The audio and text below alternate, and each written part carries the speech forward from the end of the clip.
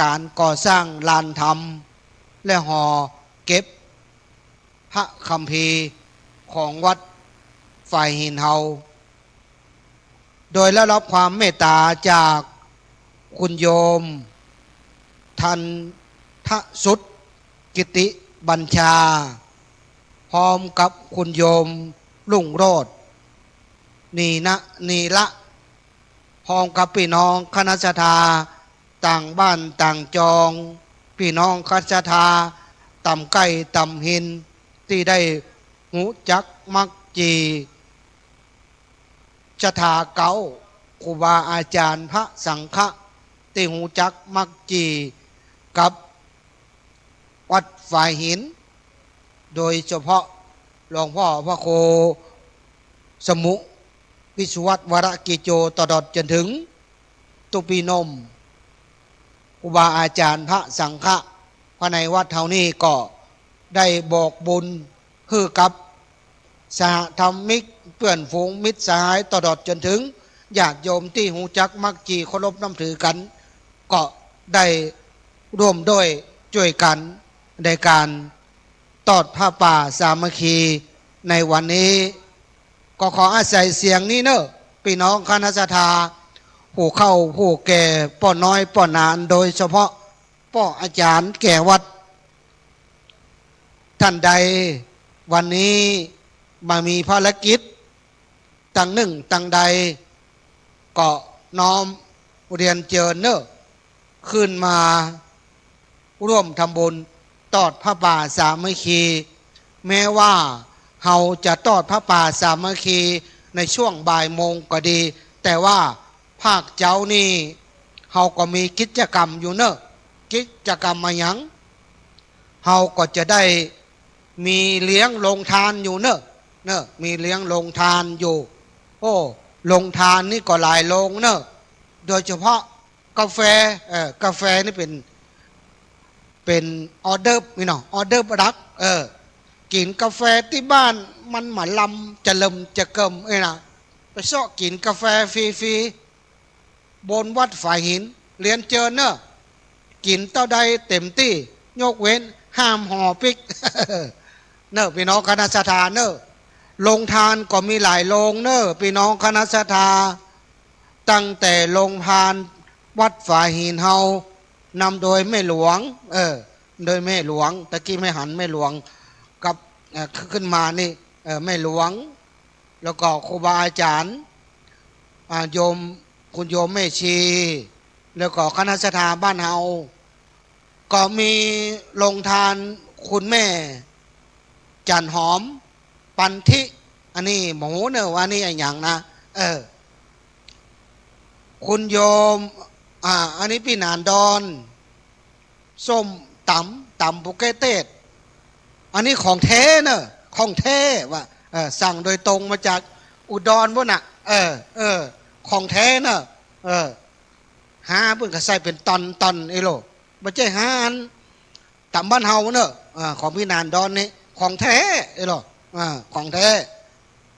ส้มตำโปเกเตสเนาะทั้งอีสานตำมะฮุงบ้านเฮาตำโปเกเตส แล้วก็พัดมีของหวานคุณโยมแม่ปานีสมประเสริฐคุณโยมนางสาวเพนภาคสมประเสริฐคุณโยมปนอมสุขใจคุณโยมเพียรใจบุญสว่างคุณโยมสิริมาสู่โฉมอันนี้ร่วมด้วยช่วยกันลงทานพัดมีของหวานเนอะพี่น้องคณะสัตยามาจิ้มเนอะพี่น้องเนอะเนาะเขาก็มาถือว่ามากินข้าวนอกบ้านก็ได้บุญก็ได้ไส้กระเต็มเจอเนอะพี่น้องเนอะจกหอมอย่าเศร้ายกเว้นห้ามห่อปิกว่ะ แล้วก็ลงทานคุณแม่คุณโยมแม่สุกันธาดวงมณีอันนี้ก็ยังมโหเตือนแล้วของวัดพระธาตุม่อนปินวัดพระธาตุศรีมหาโพธิ์ตะโพธารามพระธาตุม่อนปินตำบลโป่งน้ำฮ้อนอำเภอฝาง จังหวัดเชียงใหม่มาใส่มืออันตุปีโนมมาใส่มือท่านอาจารย์พระครูวิศวัตวรกิจโจเอาลงทานมาตัวเข้ายาโคสูตรพี่น้องไทยใหญ่อันนี้เขาของแท้เหมือนกันเนอะ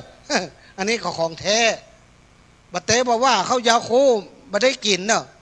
เพื่อนจะเนี้ยช่วงเข้าพรรษาเป็นเดือนเป่งเดือนอย่างพวกน่ะพี่น้องไทยใหญ่อันนี้ก็สูตรของแท้เนอะเข้ายาคูมารถตู้หนึ่งบัดเดี๋ยวนี้กำลังถึงแม่แตงอยู่เรียนเจอเนอะพี่น้องคณะสัทธาประกาศก้องอินก้องผมก้องบยยมราชชื่อเสียงเรียงนามของปออกคณะสัทธาญาติโยมบอกว่าจะเป็นท่านเจ้าภาพเก้าคุณโยมทันทสุดกิติบัญชาและก็คุณโยมรุ่งโรจน์นีละอันนี้เจ้าภาพเก้าเป็นเจ้าภาพเก้าเป็นประธานทอดพระป่าสามัคคีในวันนี้กับพี่น้องคณะสัทธาเจ้าบ้านฝ่ายหินเฮาสถาธรรมิก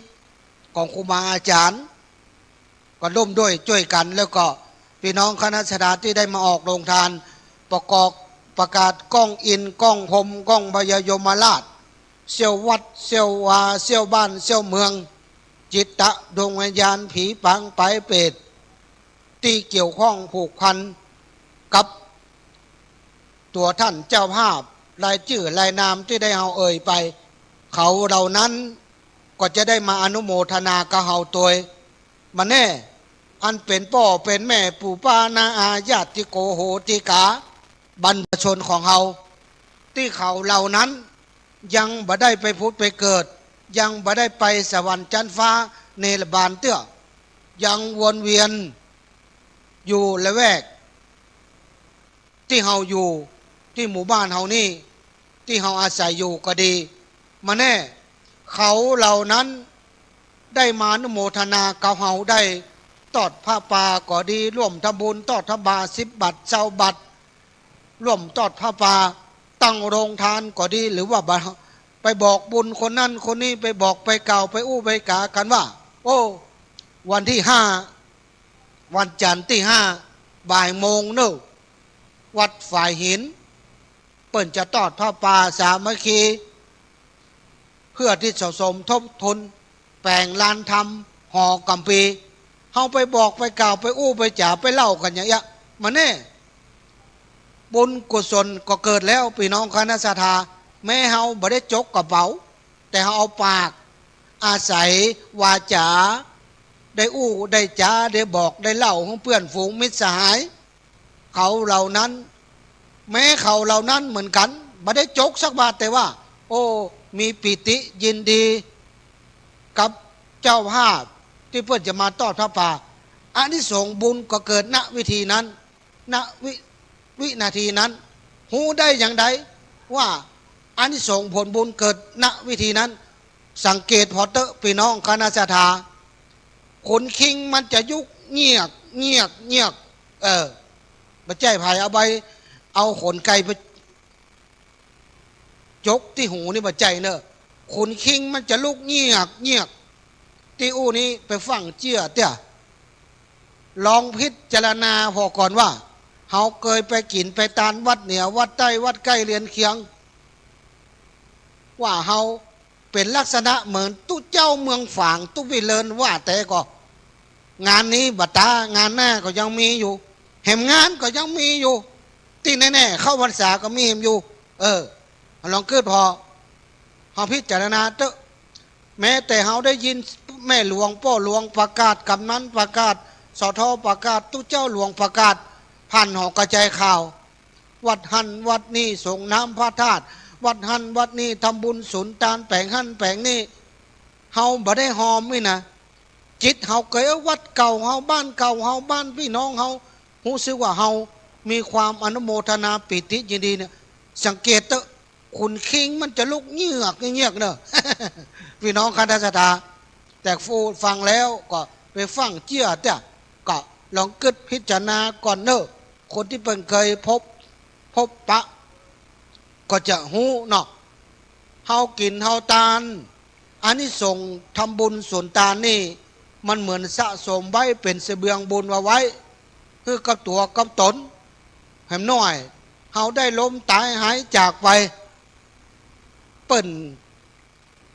โยมจ่าโยมพิบาลเปิ้นก็จะได้สอบสวนเนาะเปิดปักกระตือนเนาะเปิดปักกระตือนหรือเปิดiPad เหมือนกับเพลงของวิทูลใจพรหมนะน่ะเปิ้นก็จะเปิดเปิ้นก็จะถามว่าเมื่อยังคนน่ะได้ปัญญาอย่างพ่องจังคุณสร้างคุณงามความดีอย่างพ่องอย่าเฮามีสักอย่างนี่นะ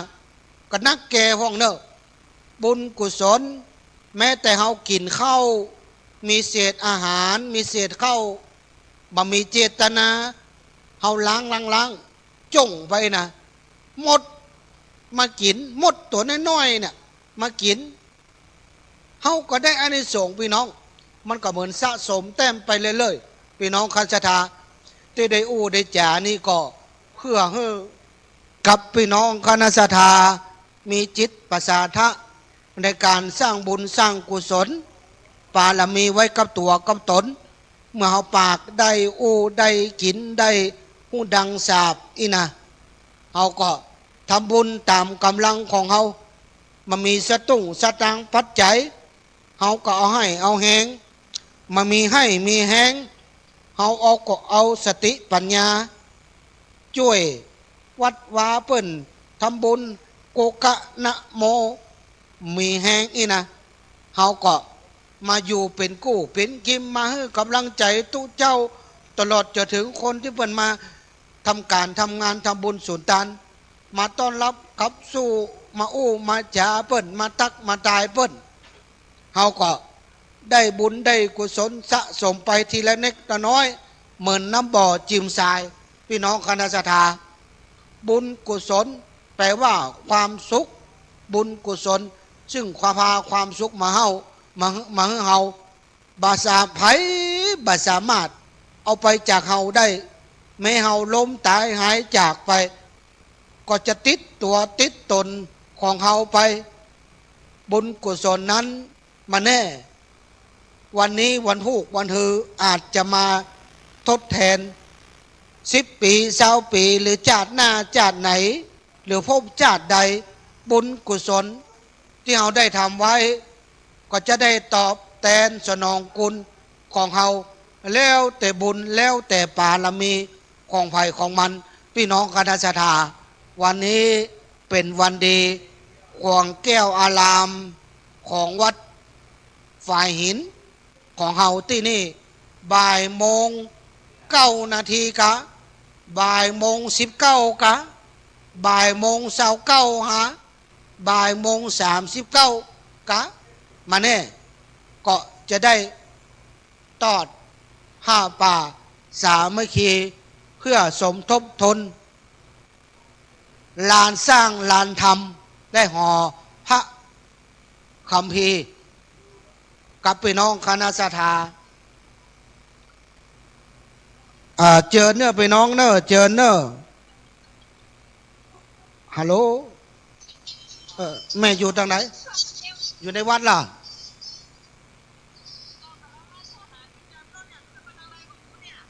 ขึ้นมาเพ่นะยินเสียงก็ขึ้นทางใดมาขึ้นเขาเอาของฮะ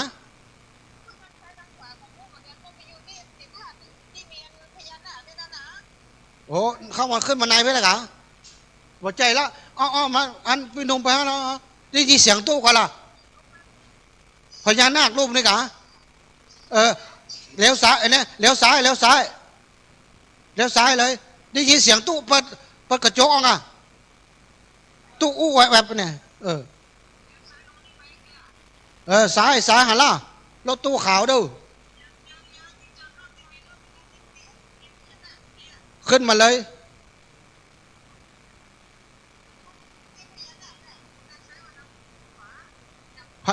พญานาคซ้ายเลาะมาที่กองทุนฮะหันก็มีไหนไม่หลวงลงไปนะเด้อเดี๋ยวไม่หลวงลงมาหาละ เออเออให้บาล่างจอดท่านยังกะเออไม่ก่อนตัวพี่กันขาวก่อนขึ้นเลาะขึ้นฮะอันป่าตู้บอกว่าจะไปเลี้ยวตรงเข้ามาที่ก๋วยจับเนอะจี GPS มันจังปลาเดี๋ยวเด้อเดี๋ยว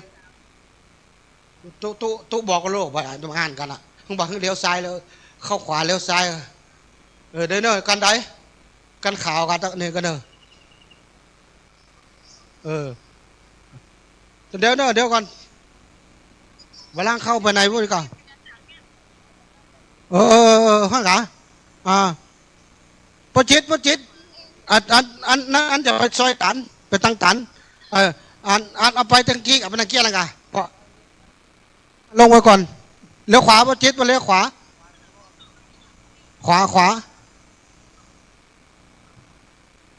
ลี้ยวขวาเนี่ยไม่หลวงตัวให้ละ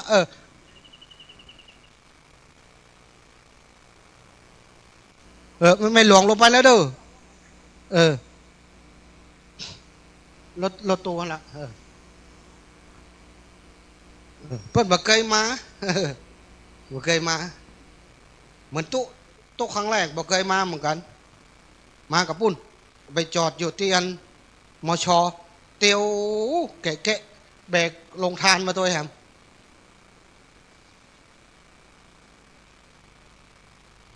เปิดเพลงก่อนเนาะเดี๋ยวก่อนไปอุชธาก่อนอาจารย์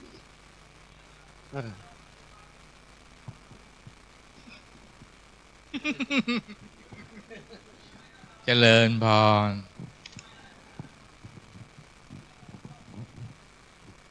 มาเด้อตาเด้อ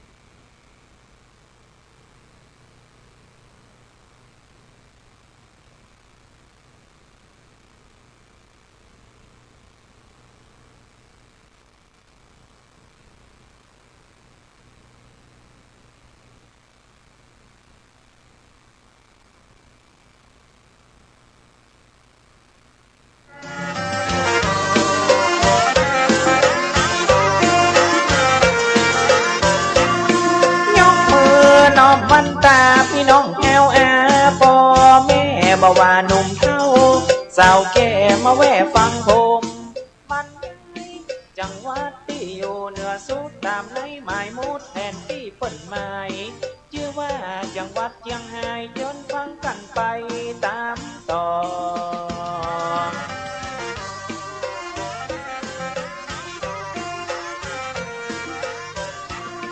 ถึงแล้วอย่าฟังไปไหนปากันไปไว้ป่อพญามัง ปฐมแหลกตั้งหัวกีอยู่ที่ห้าแยกพ่อคุณหวังเอาบุญหนุนดีเลจากได้เสริมป่าละมีแล้วเอวเต็มที่ฮือมวน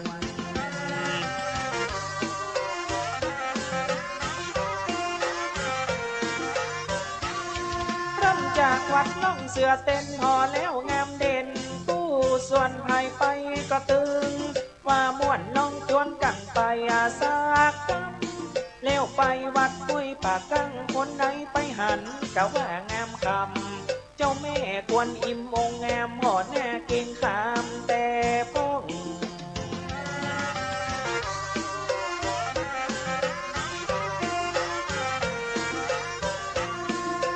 วันเกิดย้อนแห่งบุญชื่อวัดห้องขุนเจิญก่อนงดงามสีขาว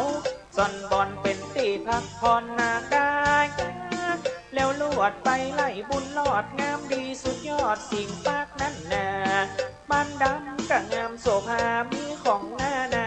หลายหลาก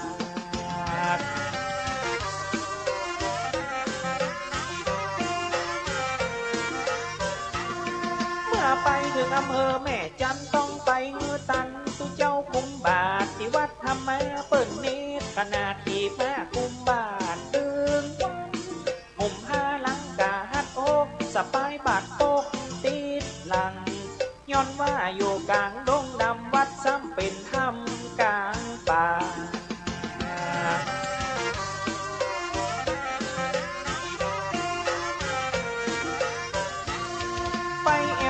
ดอยแม่สลองไปพอไปมองพี่น้องแอ่ข้าเจ้าดอยไหลเผา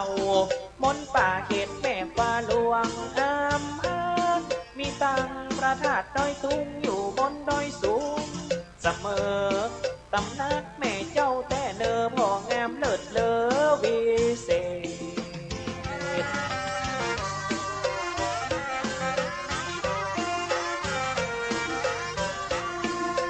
สุดที่ด่านแม่สายเป็นกาดชายแดนสุดเขตห้อยต่อของสองประเทศเป็นเขตพม่ากามาไทยไหวพระที่วัดดอยเว้าแล้วไปพอเขาที่ละอ่อนหาย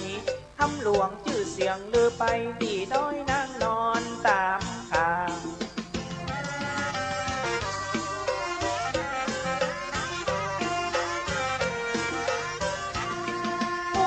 อำเภอเชียงแสนมันเป็นเขตแดนเวียงเก่ามีคนหลากหลาย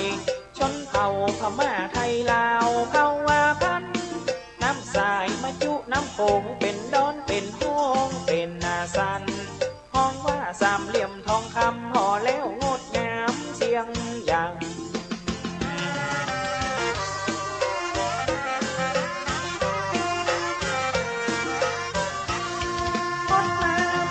เจียงของนั่งเรือลอยล่องข้ามฟังพาทอชื่อเสียงลือหลั่นงดงามสีสันนาไปพอเปิ้นจับป่าปึกตัวใหญ่เสียงตึกนักนารับรองม่วนนักเกินมาไปทัศนาหัวใหม่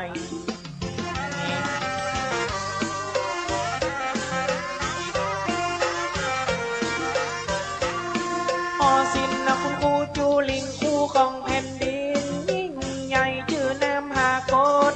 ไปไข่อยู่ที่ดอยหลวงบ้านเฮาน้ำของที่เมืองเวียงแก่นเป็นเขตพรมแดนกับสันเขาตั้งงามดีเลิงเรามาโอเชื้อเขาลำมาพ้อง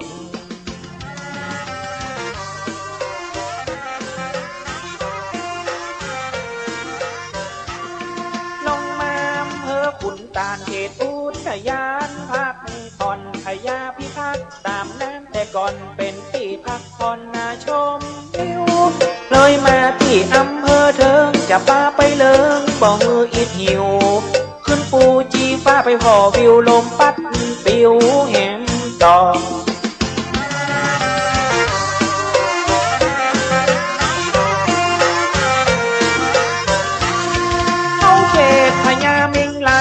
ชื่อเมืองไว้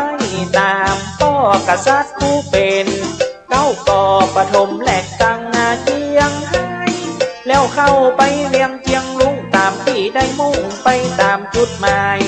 ทะลุไปแผ่วเวียงชัยอยู่ทัดกันไปยายยาด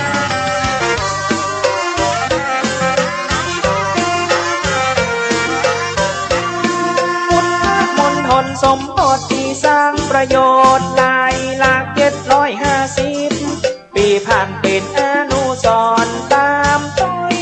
อยู่ที่อำเภอแม่ลาวลวดเลยไปถึงแม่โซยไปห่วมสร้างบุญติดโตยที่วัดแสงแก้วงามเด่น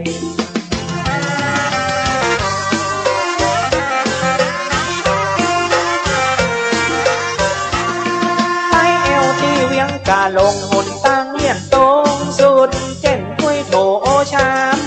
งามเด่นที่เวียงป่าเป่าลือนะมีแผ่วตึงน้ำผู้ฮ้อนเป็นที่พักผ่อนสนุกสุขสันต์แล้วลวดไปแอวเมืองพานเปิ้นว่าสาวงามนักขนาด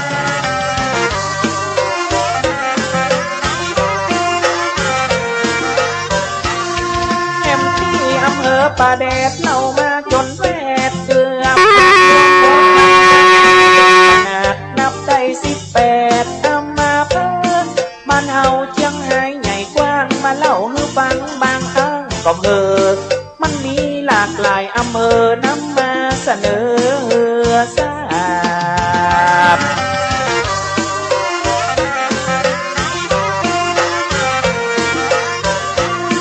หากว่าผิดพลาดสันใดต้องขออภัยน้อมกราบมันเป็นโมหันกำปากขออย่าเป็นบาปกรรมมาเว้นโซมาก็หลายแต่ตักเรื่องราวมันนักย้อนว่าจำเป็นตะวันจนพอถึงเย็นจำเป็นต้องลาไปก่อน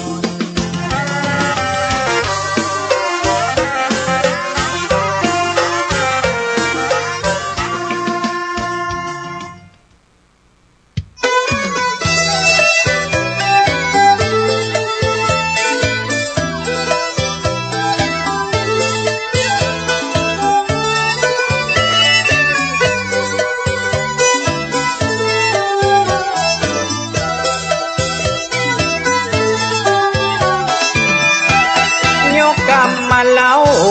พะเยานั่นนาโวหารล้านนากำสอปืนบานลำดับลำพันตามกำก่าวทานพะเยาเมืองงามเมื่อหมู่เฮาได้ฟังตั้งแต่อดีตโบราณปางหลังท่านได้ฟังสนุกม่วนเล่นเหมือนการจำเป็นว่าเขาเย็นจำหอน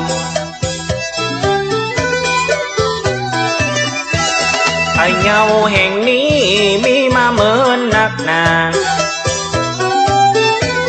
แต่ก่อนเดิมมาห้องผู้กำยาวหวานมีเจ้าพญาปกครองหลายจันบ้านเมืองตั้งมันถิ่นฐานล้านนา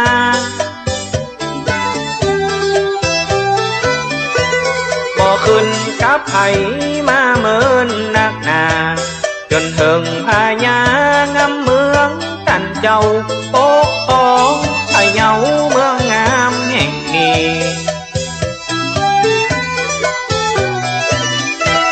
พะเยาเมืองงามสมนามแต่จริงงามน้ำแม่อิงใส่งามเป่งปอยมีกว้านน้ำใสป่าใหญ่ป่าน้อยมีปูมีดอยงามเด่นยามแลงเปิงใจเจนล้ำธรรมชาติสร้างแบ่งยำตาวันแลงดอยนอบที่หันเหมือนได้ขึ้นสวรรค์วิมานฟ้าป่า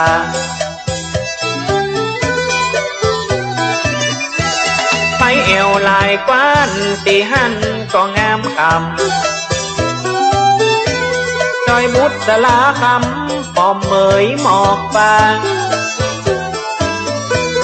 งามอย่างเมืองอิน อยู่บนจันฟ้าดอกไม้ใบหญ้าเปิ้นก็ห้องตึงดี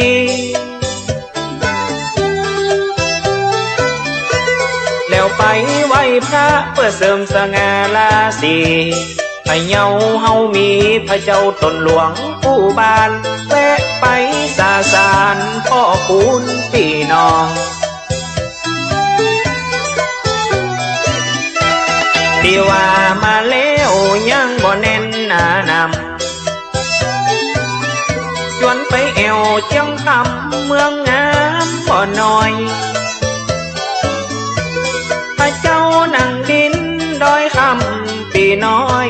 เจ้าจีดอกซอยดอกคำใจเมืองงามไปแอวเจียงม้วนเมืองจูนตอยกันเมืองปงแหมกำภูลังกาก็ได้ตรวจมาแม่ใจลิ้นจีหวานลำ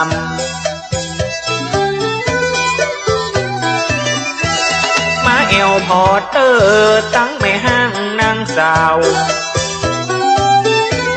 ที่ผูกำยาวผูปอที่ไว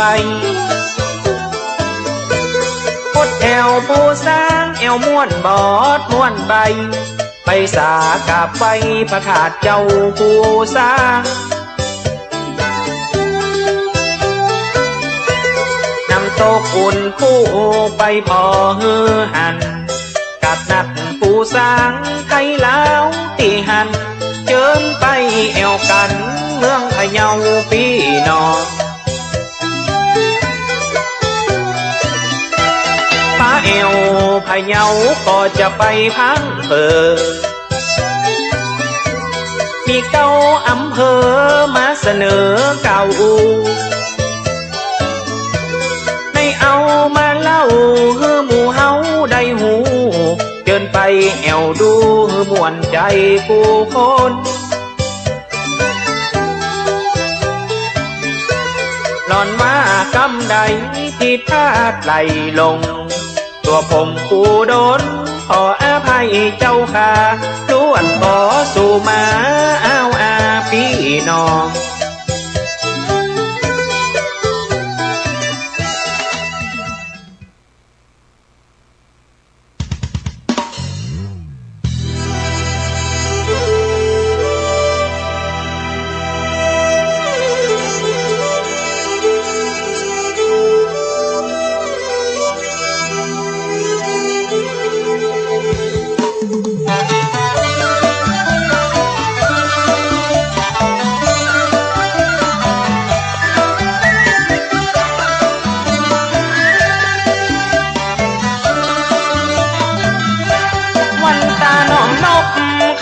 ย่อสานพี่น้องมองหวานคนฟังต่างบ้านวันนี้จะจวนไปแอวเมืองน่านนามเขาก่อนนั้นว่านันทบุรีแก่เงือลือเรื่องเมืองแดนสุขีงาดำของดีเป็นสีกู้บานกระซิบลือน้ำดังไปทั่วฟ้า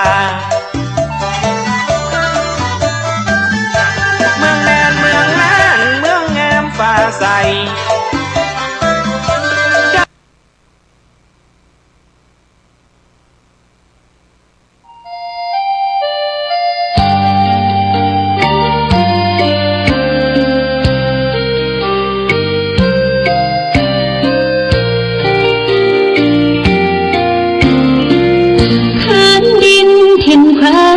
แดนกว้างขวางเมืองฝางอำไพเลิศล้ำวิไลชวนให้ไปหาทุ่งเขาเนาไพรหากใครได้มาม่วนใจนักหนาได้มาแอวเมืองฟ้าชุ่มเย็นช่ำล้ำเที่ยวทำตักเต่าแดนเก่าโบราณเรียบล้อลำธารเที่ยว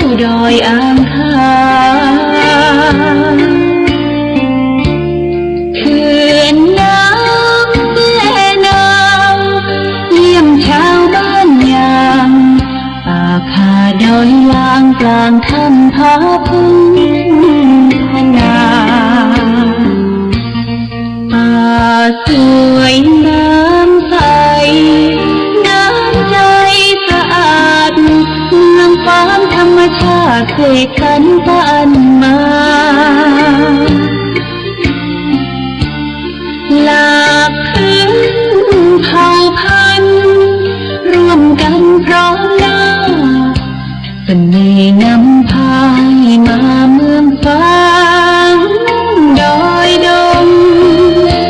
หน้าแดนแห่งนี้มีชื่อเมืองป่าท่ามกลางลมหนาวทุ่งท้องท้องกวาวชวนให้ยิ่งลงหากแม้นใครยืนสักครั้งก็คงอยากแพ้ลืมลงเมืองฟ้าฝันใจ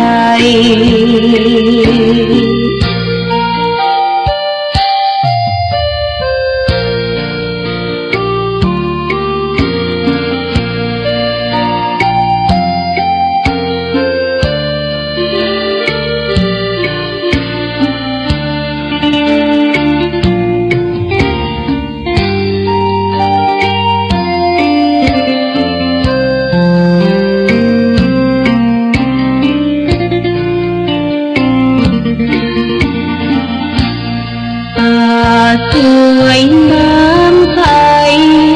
น้ำใจสะอาดเมืองฟ้าธรรมชาติเสกสรรสรรค์มาหลากพื้นเผ่าพันธุ์ร่วมกันพร้อมหน้าเสน่ห์นำพายมาเมืองฟ้าดอยดงแห่งนี้มีชื่อเมืองป่าท่ามกลางลมหนาวทุ่งท้องท้องกวาวชวนให้ยิ่งลงหากแม้นใครยืนสักครั้งก็คงอยากแพ้ลืมลงเมืองป่าฝันใจ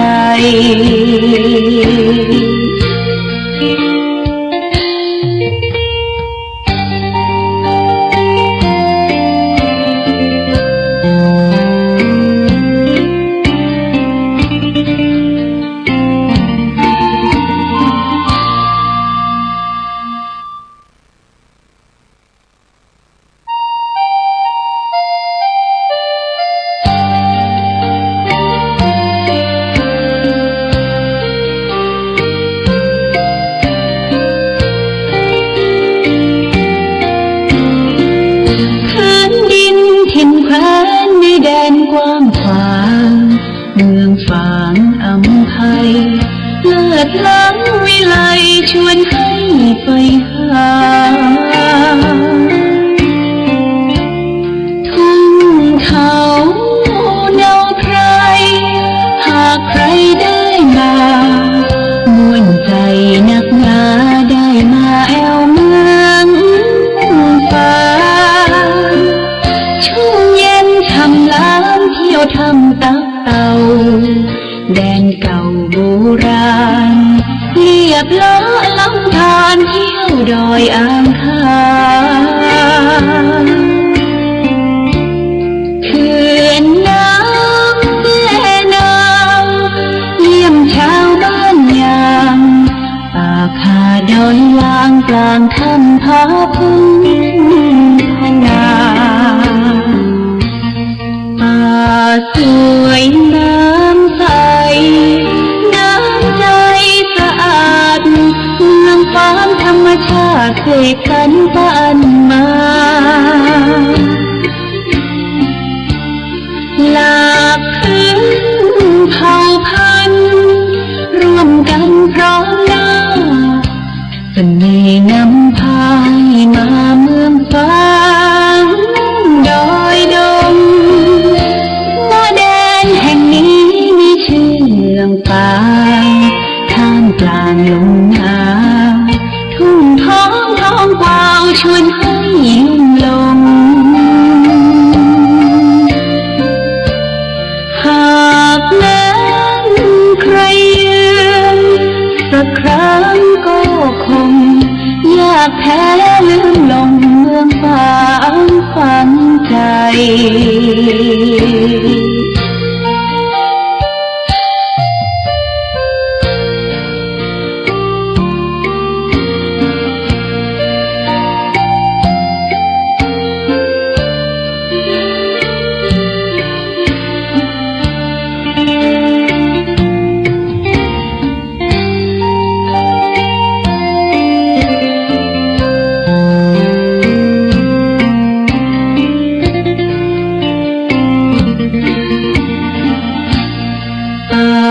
สวยน้ำใสน้ำใจสะอาดเมืองฟ้าธรรมชาติเสกสรรปั้นมาหลากพื้นเผ่าพันธุ์ร่วมกันพร้อมหน้าเสน่ห์นำพายมาเมืองฟ้าดอยดงแห่งนี้มีชื่อเมืองปางท่ามกลางลมหนาวทุ่งท้องกวาวชวนให้ยิ้มลงหากแม้ใครยืนสักครั้งก็คงอยากแพ้ลืมลงเมืองฟางฝังใจ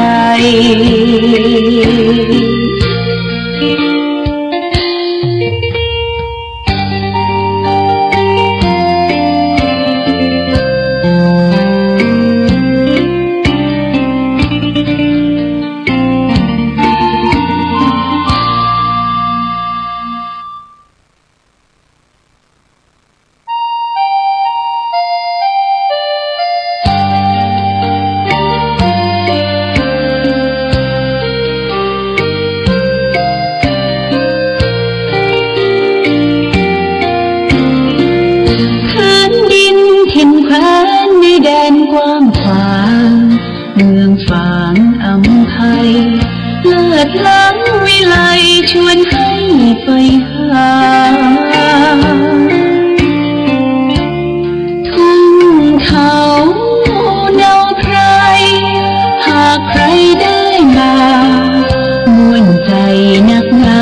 ได้มาแอวเมืองฟ้าช่วงเย็นทำล้านเที่ยวทำตักเต่าแดนเก่าโบราณ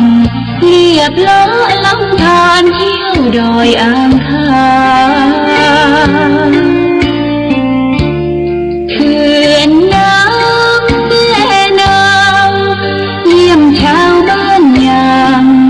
ป่าคาดอยลางกลางถ้ำผาพึ่งพนา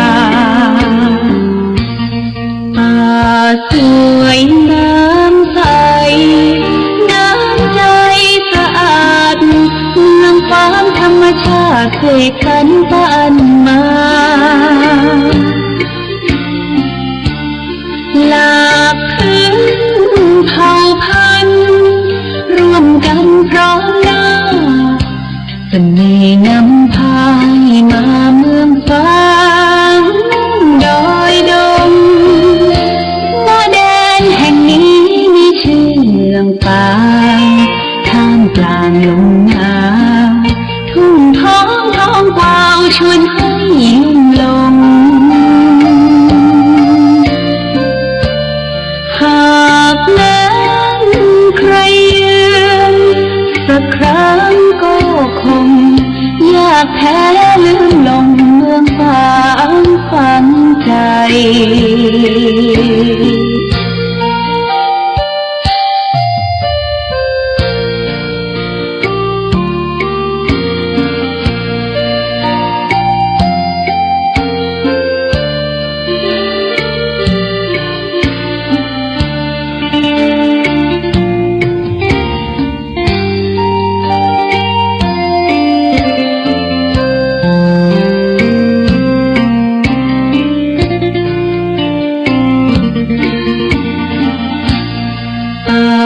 สวยน้ำใสน้ำใจสะอาดเมืองฟ้าธรรมชาติเสกสรรปั้นมา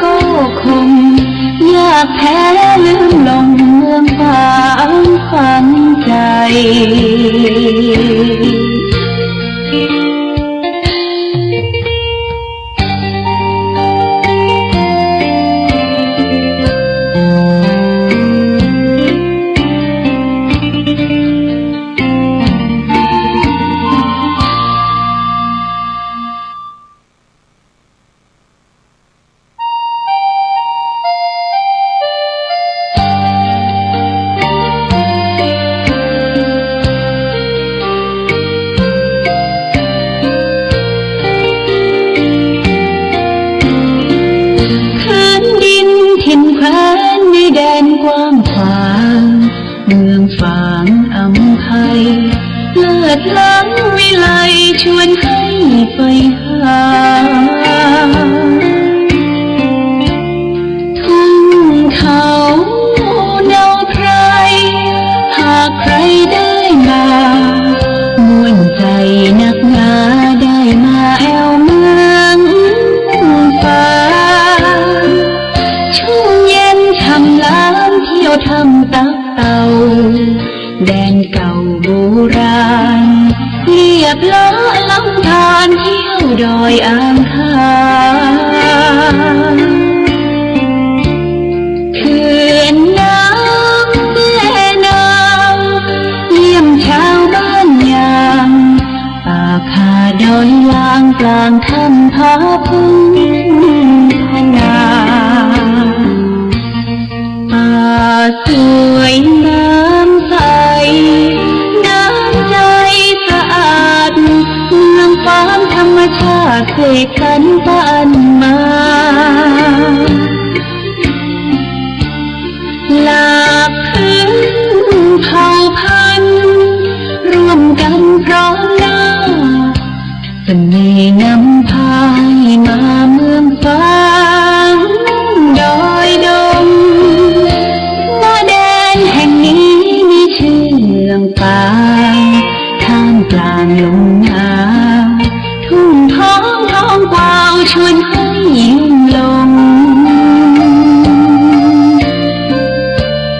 หากแม้นใครยืนสักครั้งก็คงอยากแพ้ลืมลงเมืองฟ้าฝันใจ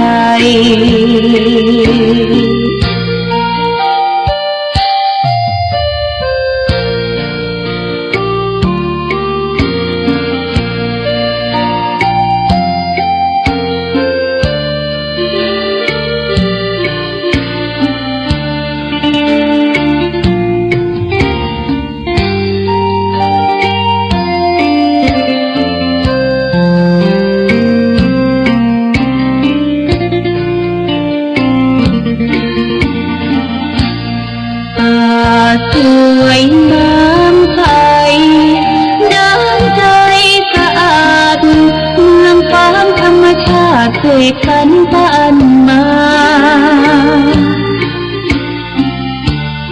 หลากพื้นเผ่าพันธุ์ร่วมกันพร้อมหน้าเสน่ห์นำพายมาเมืองฟ้าดอยดงแห่งนี้มีชื่อเมืองฟ้าท่ามกลางลมหนาวทุ่งท้องกวาวชวนให้ยิ้มลงหากแม้นใครยืนสักครั้งก็คงอยากแพ้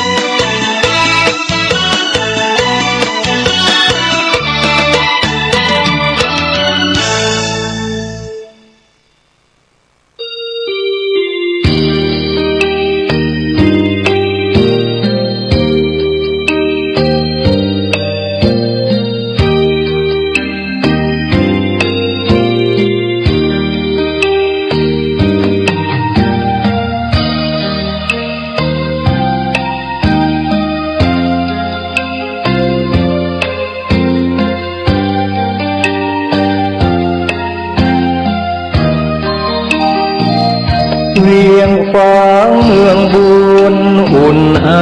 ถึงชัยประการ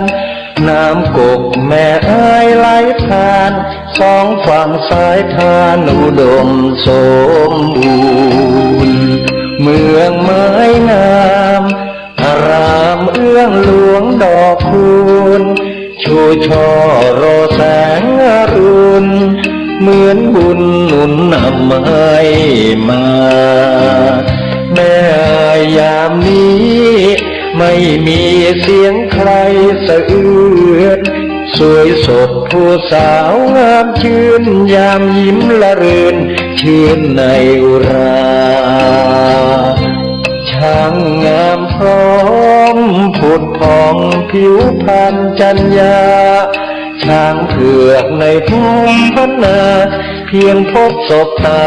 พาใจอาวรณ์พระเจ้าพรหมสร้างทรงเวียงชัยประการสืบลูกสืบหลานเป็นตำนานเหมือนดังละครเหนื่อยยากเพียงใดทรงใส่ใจข้าราษฎรเชียงแสนแม่อายท่าตอนทรงพาตอนร่วมเป็นธานีควรจงภูมิใจเทิดไว้เหนือข้าวเกษาพระคุณมากล้นพันละนาสร้างเมืองมานับกว่าพันปีกอบกู้เวียงร้างสร้างวัดวิหารเจดีย์เรามีสุขทุกวันนี้เพราะพระบารมีของพระเจ้าพรหม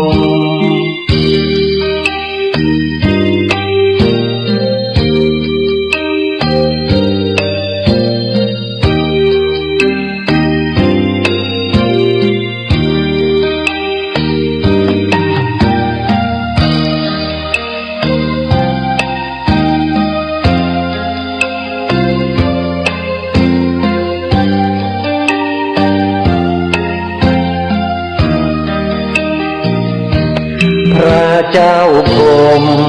สร้างทรงเวียนชัยประการสืบลูกสืบหลานเป็นตำนานเหมือนดังละครเหนื่อยยากเพียงใดทรงใส่ใจข้าร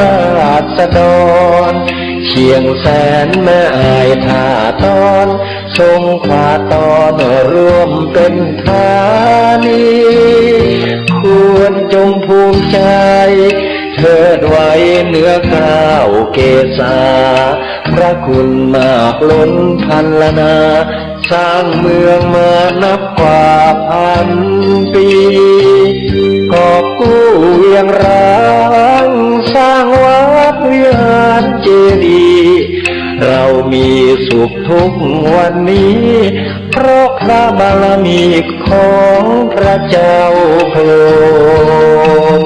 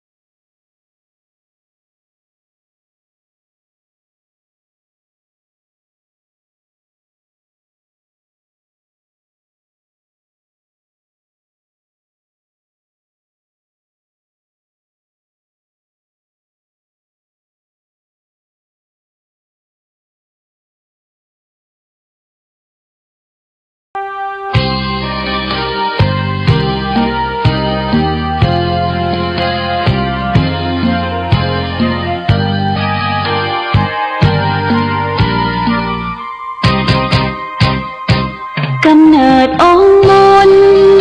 องค์บุญแห่งล้านนาไทย ครูบาเจ้าศรีวิชัย ผู้มีจิตใจเปี่ยมล้นคุณธรรมสร้างสมบารมีของดีงดงามเลิศล้ำเพื่อหวังโมกกระทำและปรารถนาพุทธภูมิมาขออหิงสาเป็นหลักธรรมน้อมนำมาปฏิบัติมักน้อยสันโดษเด่นชัดไม่เกลียดไม่โกรธและไม่โมโหเจริญรอยตามทางเดินหลักของพุทโธนะโมพุทธายะสิ้นชีพสรีระผู้คนกราบไหว้องค์บุญผู้ฟื้นแห่งเมืองล้านนายึดใจเรื่อยมาองค์ครูบาศรีวิชัยผู้คนทั่วทิศทั่วแคว้นในดินแดนไทยขอพรกราบไหว้พึ่งใจพึ่งบารมีอนุสาวรีย์แห่งนี้ครูบาสูงใหญ่ให้คนบูชาน้อมไหว้สำนักวิปัสสนาณโบสถ์แห่งนี้วัดพระบาทอุดมให้ท่านชื่นชมพึ่งบารมีเชิญชวนญาติโยมน้องพี่ไหว้บารมีขององค์ครูบา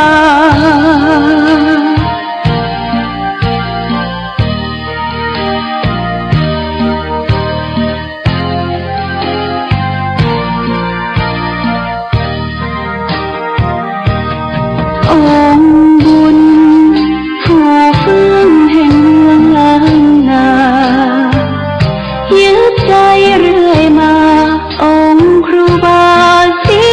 วิชัยผู้คนทั่วทิศทั่วแคว้นในดินแดนไทยขอพรกราบไหว้พึ่งใจพึ่งบารมีอนุสาวรีย์แห่งนี้ครูบาสูงใหญ่ให้คนบูชาน้อมไหว้สำนักวิปัสสนาณโบสถ์แห่งนี้วัดพระบาทอุดมให้ท่านชื่นชมพึ่งบารมีเชิญชวนญาติโยมน้องพี่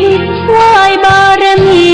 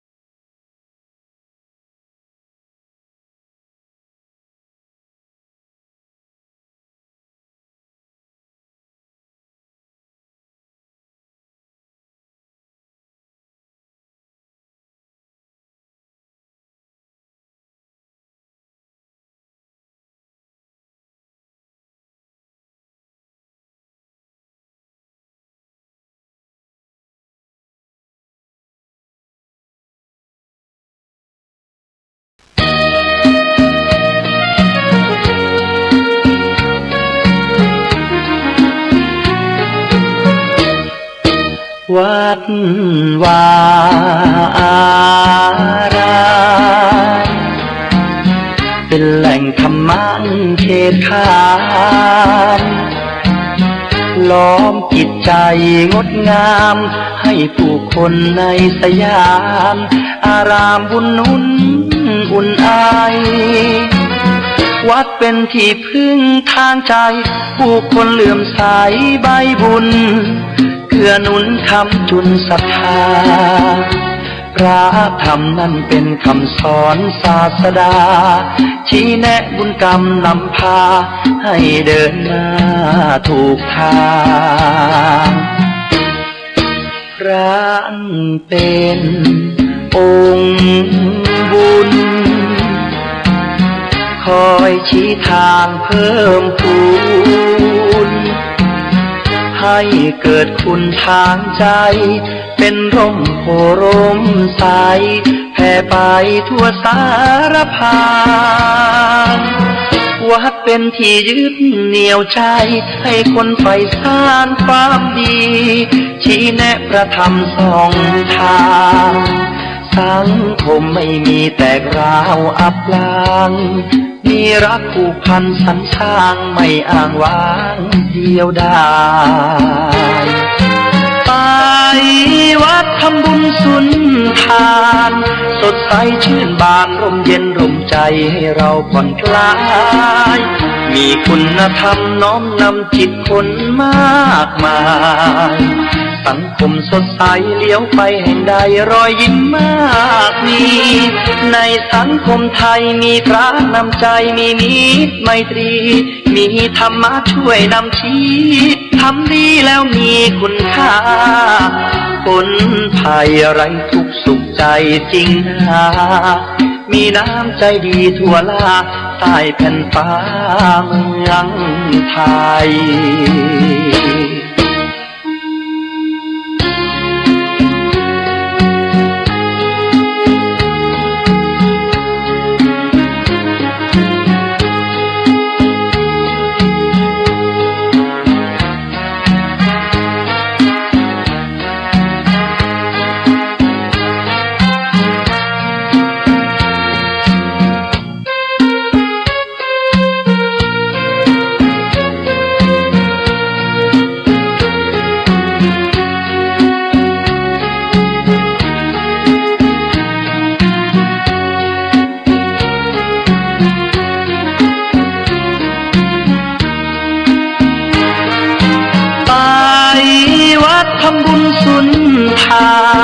สดใสชื่นบานร่มเย็นร่มใจให้เราผ่อนคลา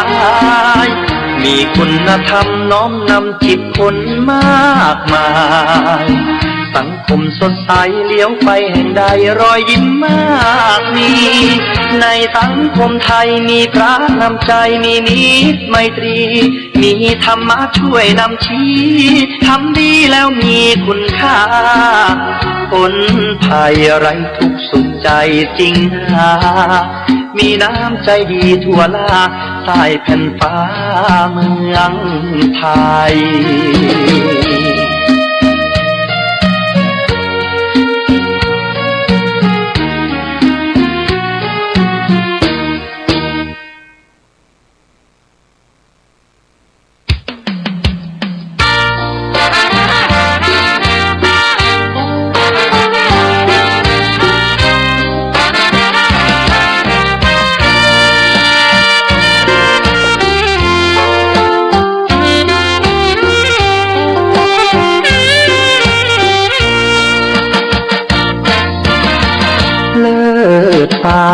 นภาลัยก้องไปทั่วเขตสยามน้ำสามผิวงดงามยามได้มาโยนดินมเหสีแห่งเมืองฝางน้ำผิวสวยทั่วถิ่นร่ำลือทั่วท้องธานีโสภินยิ่งกว่านางใดตามกาลเวลาสีผิวนางเปลี่ยนแปลไปในทุกช่วงยามเลิศล้ำอำไพเพลินพิษใช้ไหลงดงามหนึ่งในสยาม พระนางสามผิวยิ่งใหญ่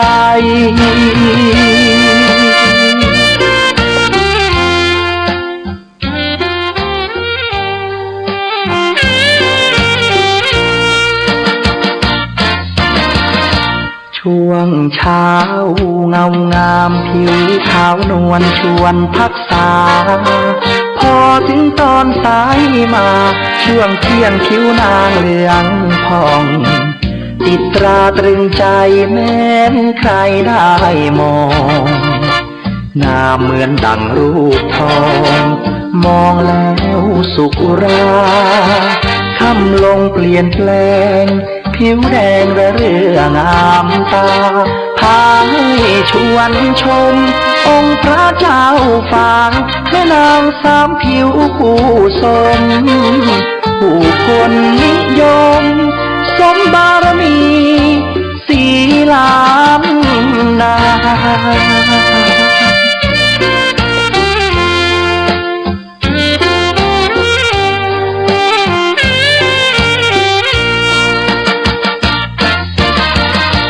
กษัตริย์กรุงอังวะใกล้แล้วอยากยนต์ชมสุดโทธรรมราชาหรือไทยตรงระดมยกทัพชิงนางแม่นางสามผิวและองค์พระเจ้าฟางรันทดใจหมดทางพลางรักเกียรติศักดิ์ศรีจึงพากันโดดน้ำพลีชีพชีวีแห่งนี้คือสุสานบ่อน้ำสาวาจารึกมาตำนานสืบลูกสืบหลานไปชั่วกาลนาน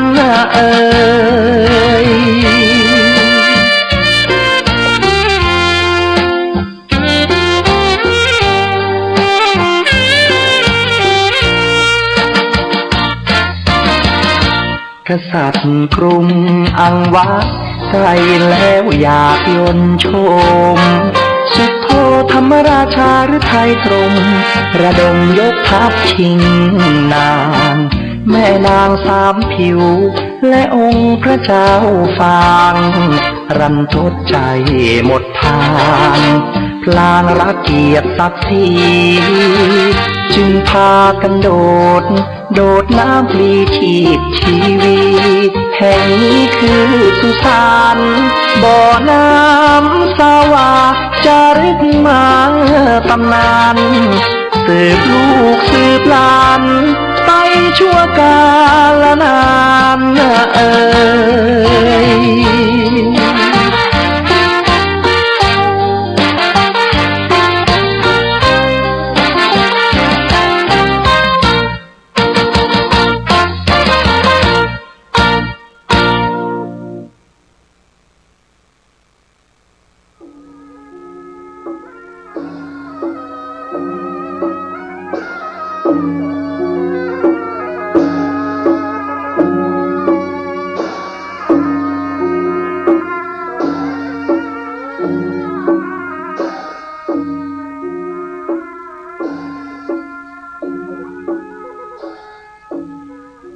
ขนมชื่อเหมือนของใช้จุดไฟสว่างจ้าขนมอย่างอ้อขนมชื่อเหมือนของใช้จุดไฟสว่างจ้าขนมอย่างอ้อ ฮัลโหลนมัสการครับ น้องอามครับขนมเตียนนั่นก็ครับคนไทยว่าขนมเทียนแล้วคนเมืองเอาขนมอย่างขนมคนไทยว่าขนมเทียนคนเมืองเอาว่าขนมอย่างฮะลืมแล้วครับมาลืมที่เพิ่นเอาน้ำอ้อยกับน้ำบะป้าคนใส่เป็นไส้มันน่ะอ๋อขนมจ๊อกจำไว้เนอะลุงเนอะขนมเทียนว่าขนมจ๊อกนั่นนะตู้อุ้ยก็หาหูนี่ยินดีนะครับยินดีเนอะ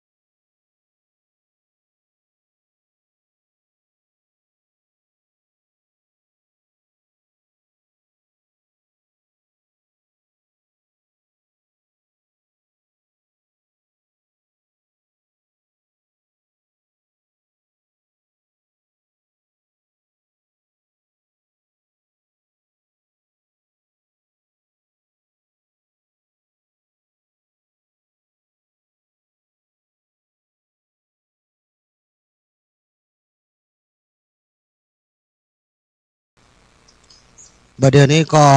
เวลา9 โมงปลายแล้วเนาะ9 โมงปลายแล้วพี่น้องมองฝั่งมาแล้วเด้อพี่น้องคณะทาค้างพี่น้องฝ่ายหินเฮ้ยมาไม่หลวงมาละอันผู้เฒ่าแกมาส่งก็คนที่มาประจำยังทาหายเนอะไม่เท่าทาอยู่ไหนอ่ะไม่เท่าทาไม่เท่าทาเนอะถ้ามาได้แล้วฮั่นเนอะมาคบกันละมาได้เท่าเน่าเมื่อเนอะไม่เท่าทาถ้าวันนี้มาได้ขึ้นมาเนี่ยมาได้เท่าเน่าเมื่อเนอะแจกเท่าเน่าเมื่อนะอันนี้มือหนึ่งของเมืองฝางเนอะเท่าเน่าเมื่อพี่น้องคณะสัตยาติโยมวัดฝ่ายหินเฮา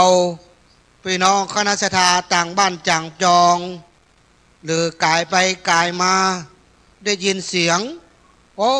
วัดฝ่ายหินเปิ้นมีงานอะไรอย่างก็เป็นงานตอดผ้าป่าสามัคคีเพื่อสมทบทุนในการก่อสร้างลานธรรมและหอพระคัมภีร์ของวัดฝ่ายหินเนอะพี่น้องคณะสัตยาโดยได้รับความเมตตาอนุเคราะห์คุณโยมทันทสุดกิติบรรพตบัญชาคุณโยมลุ่งโรจน์นีละเป็นเก้าเป็นประธานในการตอดผ้าป่าสามัคคีในวันนี้พร้อมกับพี่น้องคณะสัตยาวัดฝ่ายหินเฮาพี่น้องต่างบ้านต่างจองก็มาร่วมพี่น้องคณะสัตยาวัดพระธาตุสีมาโพธโพธารามผู้ปฏิบัติธรรมกับพี่น้องคณะสัตยาบ้านหัวฝายป่งน้ำฮ้อนฝางเชียงใหม่มาซ้ายมือวัดฝ่ายหินเมื่อวันที่16 เมษายน 2568 คณะสัตยาวัดฝ่ายหินภายในก็มีหลวงพ่อพระโควิศวัตวรกิโจเจ้าอาวาส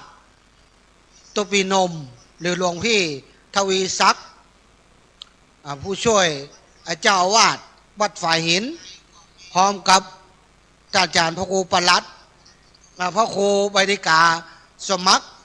รองเจ้าอาวาสครูบาอาจารย์พระสังฆะภายในวัดนี่ก็ได้ไปห่วมตอดผ้าป่า1 ต้นต่างไปนอกก็มีแม่หลวงผู้ช่วยสอบตคณะกรรมการผู้อาจารย์แก้ววัดก็ได้ไปห่วมโดยตุปีนมก็เป็นตัวแทนครูบาอาจารย์พี่น้องคณะสัตยาไป1 ต้นต้นใหญ่พอสมควร4-5 ปันมาวันนี้ก็จะได้มาสร้างมือเปิ้นพี่น้องคณะสัตยาวัดพระธาตุสีมาโพธโพธารามพี่น้องสัทธาวัดหัวฝายก็ได้มาร่วมทำบุญออกลงทานโดยเข้ายาคูของแท้เนาะไม่ใช่ของแท้หรอกของแท้ของแท้พี่น้องบ้านหัวฝายเวียงหวายเมืองฝางพี่น้องเรียนเจอเนอะพี่น้องคณะสัตยาที่อยู่ต่ำใกล้ต่ำหิมวันนี้ขนมนมเนยมีปลาเลอะเนอะลงทานแม่จันหอมปันทิก็มีเนอะโรงงานพี่นานดอนส้มตำของแท้สั่งโดยตรงจากอุดรเนอะ อุดรอุบลเนี่ย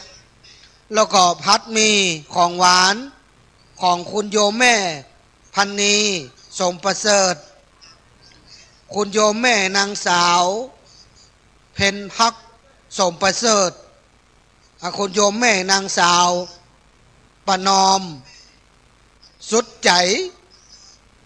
คุณโยมเพียงใจบุญสว่างคุณโยมศิริมาสู่โสมอันนี้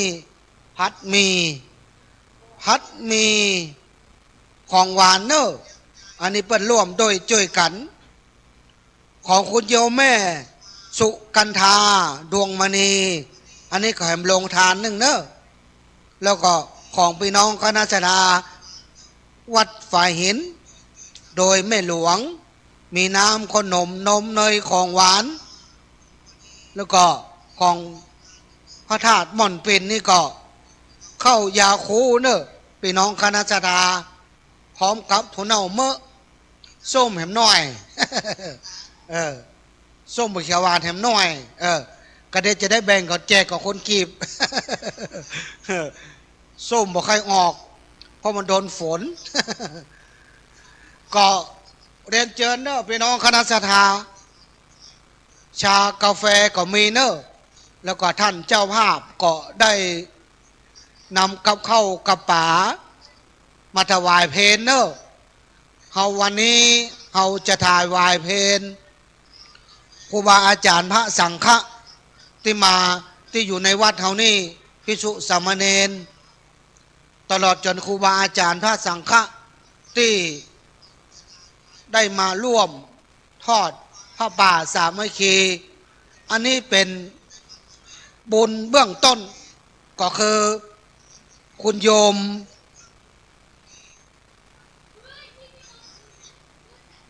ทันทะสุดกับคุณโยมลุงโลดนี่เปิ้นเบิกก่อนเปิ้นเปิดหัวก่อนเนาะเปิ้นว่าเปิดหัวถมมาเด้อก่อนที่เราจะได้สมทบทุนในการก่อสร้างลานธรรมแล้วก็หอพระคัมภีร์ของวัดฝ่ายหินเฮาก็ที่แปลงที่หน้าโบสถ์เนอะที่หน้าโบสถ์เฮาจะเป็นลานธรรมปรับภูมิทัศน์ก็จะได้รองรับคณะสัตยาทั้งทิศที่สี่ก็จะได้เป็นปฐมฤกษ์คุณโยมเปิ้นก็มีเจตนาจักเจิญจวนญาติพี่น้องวงวานเพื่อนฝูงครูบาอาจารย์คนที่รู้จักมักจี้ก็ได้ตั้งกองพระบามาจำนวนหนึ่งได้เป็นเก้าเมตตาเป็นเก้าเป็นประธานเบิกบุญเบิกเลิกเบิกชีวิตพื้นที่ดีงามก่อนเปิ้นก็คือฮับเป็นเจ้าภาพตอดผ้าป่าสามัคคีเพื่อจะเป็นลานธรรมเป็นลานธรรมของวัดฝ่ายหินก็เป็นนิมิตหมายที่ดีของวัดฝ่ายหินเฮาเป็นนิมิตหมายที่ดีของหมู่บ้านเฮาเป็นนิมิตหมายที่ดีของตำบลเฮาเป็นนิมิตหมายที่ดีของชุมชนของเฮาญาติพี่น้องวงวานหรือลูกหลานตานเต้าที่จะได้ร่วมบุญร่วมกุศลบารมีตัวกันเปิ้นมีบารมีเฮาก็เกาะบารมีเปิ้นอาศัยบุญบารมีเปิ้นเฮาเปิ้นเปิ้งเฮาเปิ้งคนอื่นเปิ้งเฮาเกื้อหนุนสังคมมนุษย์เฮานั้นเป็นสังคมเป็นมนุษย์เป็นสัตว์สังคมบ่สามารถที่จะอยู่คนเดียวโดดเดี่ยวได้เฮาจะต้องมีสังคมมีเพื่อนฝูงมีครูบาอาจารย์ถ้าเฮาอยู่คนเดียวบ่สามารถที่จะประคับประคองชีวิตได้ถ้าเกิดปัญหาอันหนึ่งอันใดบ่สามารถที่จะ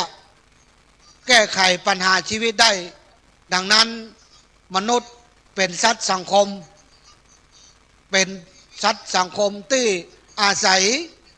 บุคคลอื่น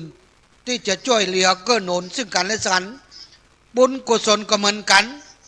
เฮาได้อาศัยบุญบารมีของคนอื่นของเปิ้นมาอาศัยบุญบารมีของเฮาก็เกื้อหนุนค้ำจูกันไปอย่างวันเนี้ยแม้เฮาจะไม่ได้เกิดจาก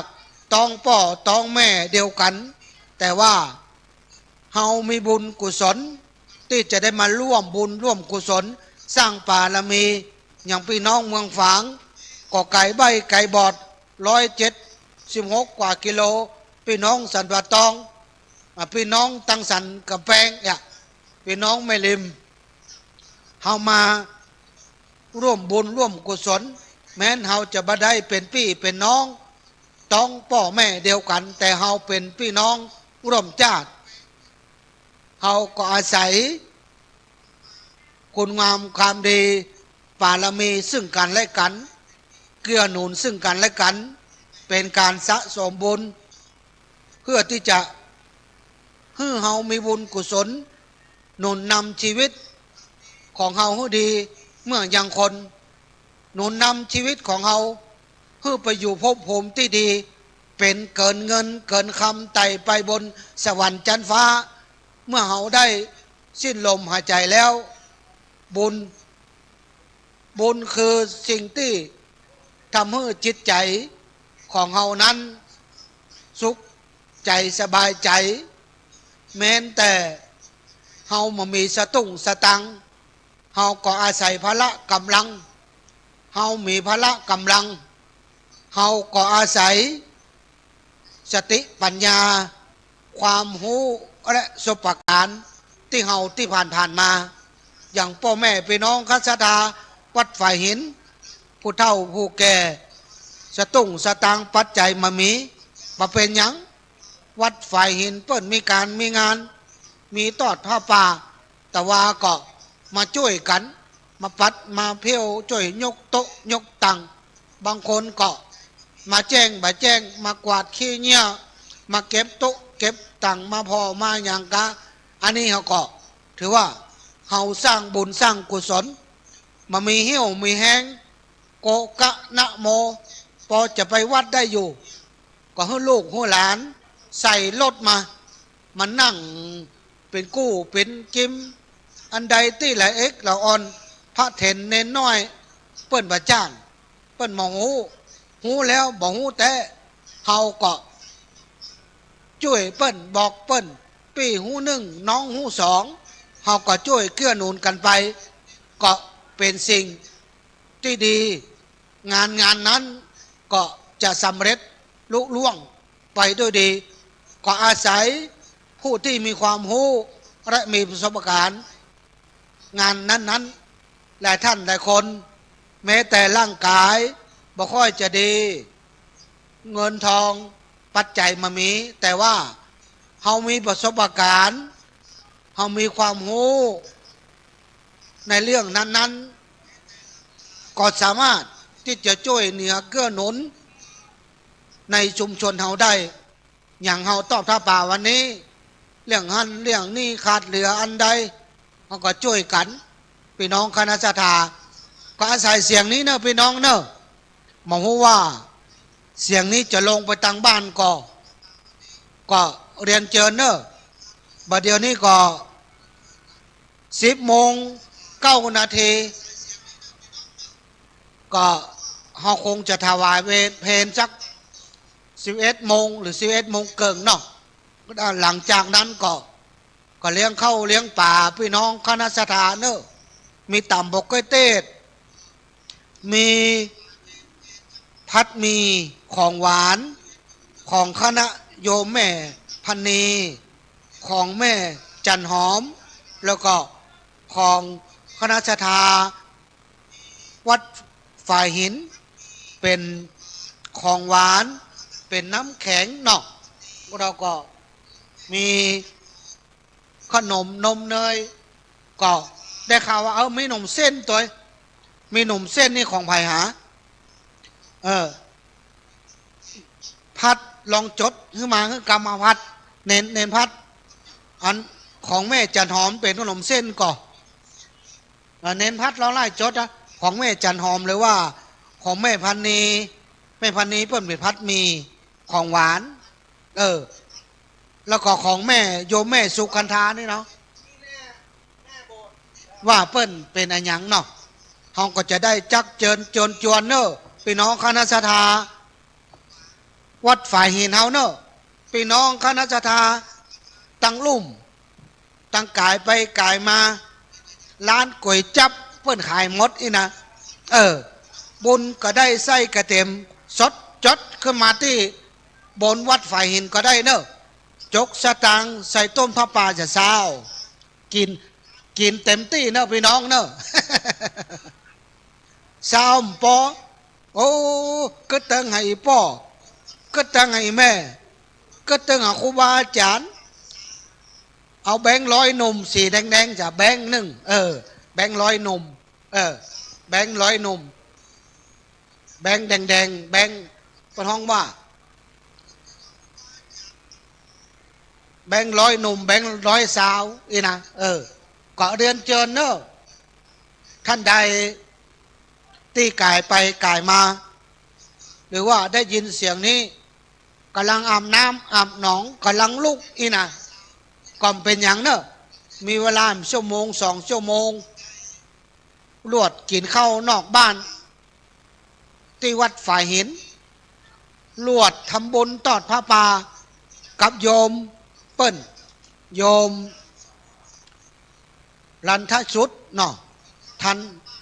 รันทสุดกิติบัญชาอันของแม่เนี่ยแม่จันหอมแม่จันหอมกับแม่สุกันธาอันนี้มีละแม่พันนี้นี่พัดมีของหวานไม่ก็เนี่ยนะไปโจทย์มาเอาปากกามาโจทย์มาเป็นยังของแม่จันหอมแล้วก็ของแม่สุกันธาโรงทานนี่ก็หลายโรงอยู่เนอะพี่น้องเรียนเจิญเนอะพี่น้องคณะสราวัดฝ่ายหินบางคนเปิ่นทำการทำงานไม่คืนรับได้สักยีบได้ยินเสียงตู้เจ้าประกาศบอกบุญมีเจตนาจะอยากทำบุญก็เรียนเจิญเนอะเรียนเจิญลวดมากินข้าวนอกบ้าน กินกาแฟนอกบ้านก็ได้กาแฟก็เหมือนกันนะแต่ว่าอาศัยบรรยากาศได้ปะได้พบได้อู้ได้จ๋ามันก็เป็นรสชาติเห็นมันรสชาติหนึ่งในการจิบกาแฟก็เล่นเจอเนอะพี่น้องคณะสดาตำใกล้ตำหิมโอกาสหน้าต่อไปนี่คงจะได้ใส่ฮอนสัก4 แก่นกันเนาะมันก็2 แก่นก็ได้พี่น้องฟังทางพวกฟังตั้งอย่างก็ตั้งหงเฮียนเนาะจะได้อันยินตัวแล้วก็หรือพี่น้องครูบาอาจารย์ตั้งมาอะไรเนาะเปิ้นก็จะได้ยินพ่องก็จะได้มาเนาะถ้าเราเปิดน้อยๆก็เป็นอย่างแต่ถ้าเปิดไม่ได้เปิดเจ้าบ่ได้ในเมืองนี่เป็นจังเดือดร้อนเจ้าเนี่ยแต่เขาเปิดมีการไม่งานนี่คงจะบามีปัญหาสักเท่าใดก็เรียนเจิญเนอะ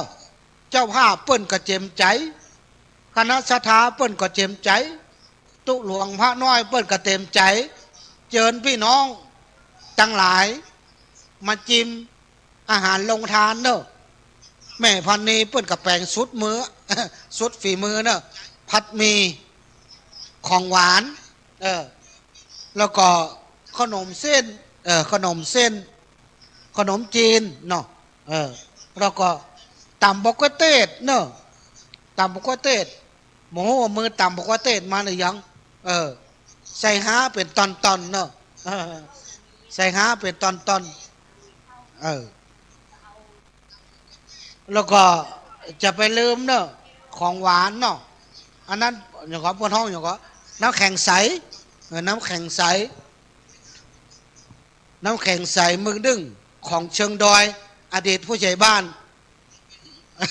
คนที่ตัวใดหมูเนาะ ต้องถามตุบีนม อดีตผู้ใหญ่บ้านเพื่อนเป็นมือหนึ่งของน้ำแข็งใสเนาะดังที่สุดอ่ะ เชิงดอยสุเทพนี่หลายท่านหลายคนเคยได้ยินอยู่ได้กินอยู่โลกถ้วย50 สตังค์ว่ะ บัดเดียวนี้เถอะปี2568สมัยนั้นถ้วย50 สตังค์โดมันจะสักกี่ปีละโม พี่น้องคณะสถาเรียนเจิญเด้อพี่น้องคณะสถาเฮาก็จะได้อู้ได้จ๋าเนาะมันเปิงเปิ้นพี่น้องมีการมีงานมันดักจื้อคือมีหยังอีนะมันมีอะไรอย่างน้อยก็มีเพลงก็ยังดีอยู่ แต่ถ้าได้อู้ได้จ๋ามันก็เพิ่มจิตประสาทะความเชื่อมั่นในบวรพระพุทธศาสนาของพี่น้องคณะศรัทธาแล้วก็จะได้ประชาสัมพันธ์หูติมาติไปว่าตอดผ้าป่านี่เพื่อหยังใครเป็นเจ้าภาพพี่น้องตังใดเปิ้นมาให้มาหอม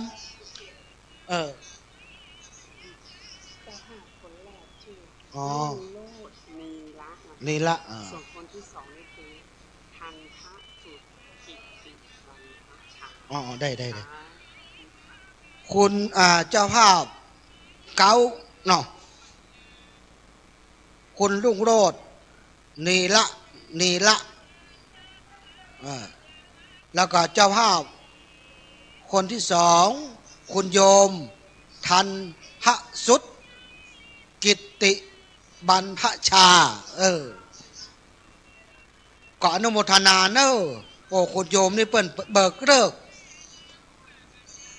แปลว่าคุณโยมเปิ้นนี่มีเจตนามีพยะปัญญาเบิกเลิกก่อนเปิ้นก่อนต้าน ได้ยินข่าวท่านอาจารย์พระครูหลวงพ่อพระครูสมุวิศวัตวรกิจโจมีเจตนาอยากจะสร้างลานธรรมก็ฟังฮับเป็นเจ้าภาพก่อนเปิ้นคุณโยมรุ่งโรจน์คุณโยมทานพระสุดก็เป็นเบิกเลิกนำเลิกในการแปลงลานธรรมแล้วก็หอพระคัมภีร์ก็จะได้ต้อนรับญาติธรรมทั้งทิศที่สี่เฮาได้แปลงลานธรรมแล้วเปิ้นมาใจมาสวยอานิสงส์ผลบุญก็จะส่งให้เฮาได้อานิสงส์ตัวบอกว่าเป็นเจ้าภาพเก้าได้ร่วมด้วยช่วยกันคน10คน20หอมแหงก็ดีหอมสติปัญญาก็ดีเฮาก็จะได้อานิสงส์จากพุทธบริษัททั้ง4ทิศตั้งเหนือตั้งตกตะวันออกตั้งใต้เปิ้นมาไหว้มาสาเปิ้นมาเหยียบมาย่ำลานธรรมอานิสงส์ก็จะได้บังเกิดกับหมู่เฮาทั้งหลายที่ได้มาร่วมช่วยกันในวันนี้เป็นเบิกเลิกเนอะก็คงจะต้องใจงบก็หามนักพอสมควรกล้าลงวางหลักฐานนี่ก็บัตตำก็200,000พ่อหมอว่าก็จะเป็นลานธรรมเนาะร้านธรรมแล้วก็อาศัยปรับภูมิทัศน์ไปตัวเฮาก็จะแต่งได้ย่องวัดเฮามันงามไปติ๊กแต่ก่อนมาใหม่ๆนี่ไปตังใดก็อึ้งคึมไปตังใดก็พอบ่ลงบัดเดี๋ยวนี้พอไปตังใดก็ม่วนก็งั้นก็ลงก็สว่างไปตังใดก็ม่วนหูม่วนตาสะอาดหูสะอาดตาบัดเดี๋ยวนี้คณะสงฆ์เปิ้นจะได้ทำกิจกรรม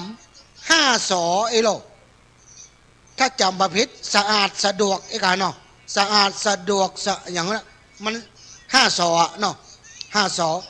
แต่ก่อนนี้เคยอยู่โรงพยาบาลก็จะทำทุกวันพุธก็หาทำ5 สอเนี่ยทำ5 สอบัดนี้โครงการคณะสงฆ์อำเภอเมืองเชียงใหม่โดยเจ้าคณะอำเภอเมืองเชียงใหม่รองตลอดจะถึงเจ้าคณะตำบลเพื่อจะทำกิจกรรมวัด5 สอวัด5 สอมัน6มันลกมัน6เนาะมัน6มันอึบขยะเหี่ยวเบออันยังบ่เป็นสัดเป็นส่วนอันนี้เปิ้นก็จะเก็บแต้มเก็บคะแนนไปเรื่อยๆหันเปิ้นอู้กันอย่างอันนะ แต่ว่าอาศัยว่าเฮาเนี่ยก็เคยอยู่กิจกรรม5 สอสมัยเมื่อเป็นคนบ้านอยู่โรงพยาบาลกลางสำนักแพทย์กรุงเทพ มหานคร อันนี้เปิ้นทำกู้วันพุธทำทุกวันพุธเดือนหนึ่งมี4เตื้อไผ่ตกตังใดเนี่ยตุไปเลินไปได้ก็ตกอยู่ห้องน้ำมันนะ จับฉลากเมื่อใดก็ตกอยู่ห้องน้ำ บอกว่าตึกตัวเก่าตึกคนอื่นตึกรวมจับฉลากเมื่อใดก็ได้ห้องน้ำนะแต่ว่าก็โดยอานิสงส์ที่ได้มาอู้แอบนี่ก็อานิสงส์ล้างห้องน้ำก็กวาดขี้เงี้ยขี้โกงนี่นะอานิสงส์แห้งเนอะพี่น้องคณะสดากวาดขี้เงี้ยขี้โกงลานวัดลานวาสถานที่สาธารณะนี่นะเปิ้นมีคาถาเนอะติถังโลตินังนะตัวพี่เลินจำตอดบ่เดียวอันป้อนน้อยป้อนหนานเปิ้นบอกแล้วก็แปลกจับฉลากเมื่อใดก็ได้บ่ได้ห้องน้ำก็ได้ห้องส้วม อันเดียวกว่านั้นเนาะห้องน้ำกับห้องส้วมถ้าบ่ได้ห้องน้ำกับห้องส้วมถ้าบ่ได้ถนนหนทางกวาดขี้เงี้ยกายนะอันน่ะก็แต่อานิสงส์เนี่ยได้มาอู้นำมาแจกกับพี่น้องคณะสัตยาบางสิ่งบางอย่างก็ประสบพบเจอมาด้วยตัวเก่าเนาะวันนี้เรามาร่วมด้วยช่วยกันในการสร้างบุญสร้างกุศลอานิสงส์ผลบุญนั้นก็จะหนุนนำให้เราไปสู่สิ่งที่ดีๆอย่างน้อยเราทำแล้วมีความสุขความเจริญ5 สอโยมเพื่อนเอามาสะสางสะดวกสะอาดสุขลักษณะแล้วก็สร้างนิสัยสะสางนี่ก็สะสางเพี้ยวอันใดมันเหี่ยวมันหกเนาะมันเหี่ยวมันหกแล้วก็สะดวกไปมาสะดวกเนาะเตียวไปมาบอกคุกบักคักบัสะดุดอะไรยังถนนหรือว่าที่เฮาลาดเฮาเทบะต่ำบะสูงอีเนาะแล้วก็สะอาดพอไปทางใดสะอาดสะด้านมันมีเศษใบไม้เศษขยะอีนะแล้วก็สุนลักษณะเนาะก็สุขลักษณะก็เป็นมันมีก่อเกิดเชื้อโรคอีเนาะปนท้องว่าสุขลักษณะ มันอ่านนี่ก็ลำบากกว่ากันเนอะ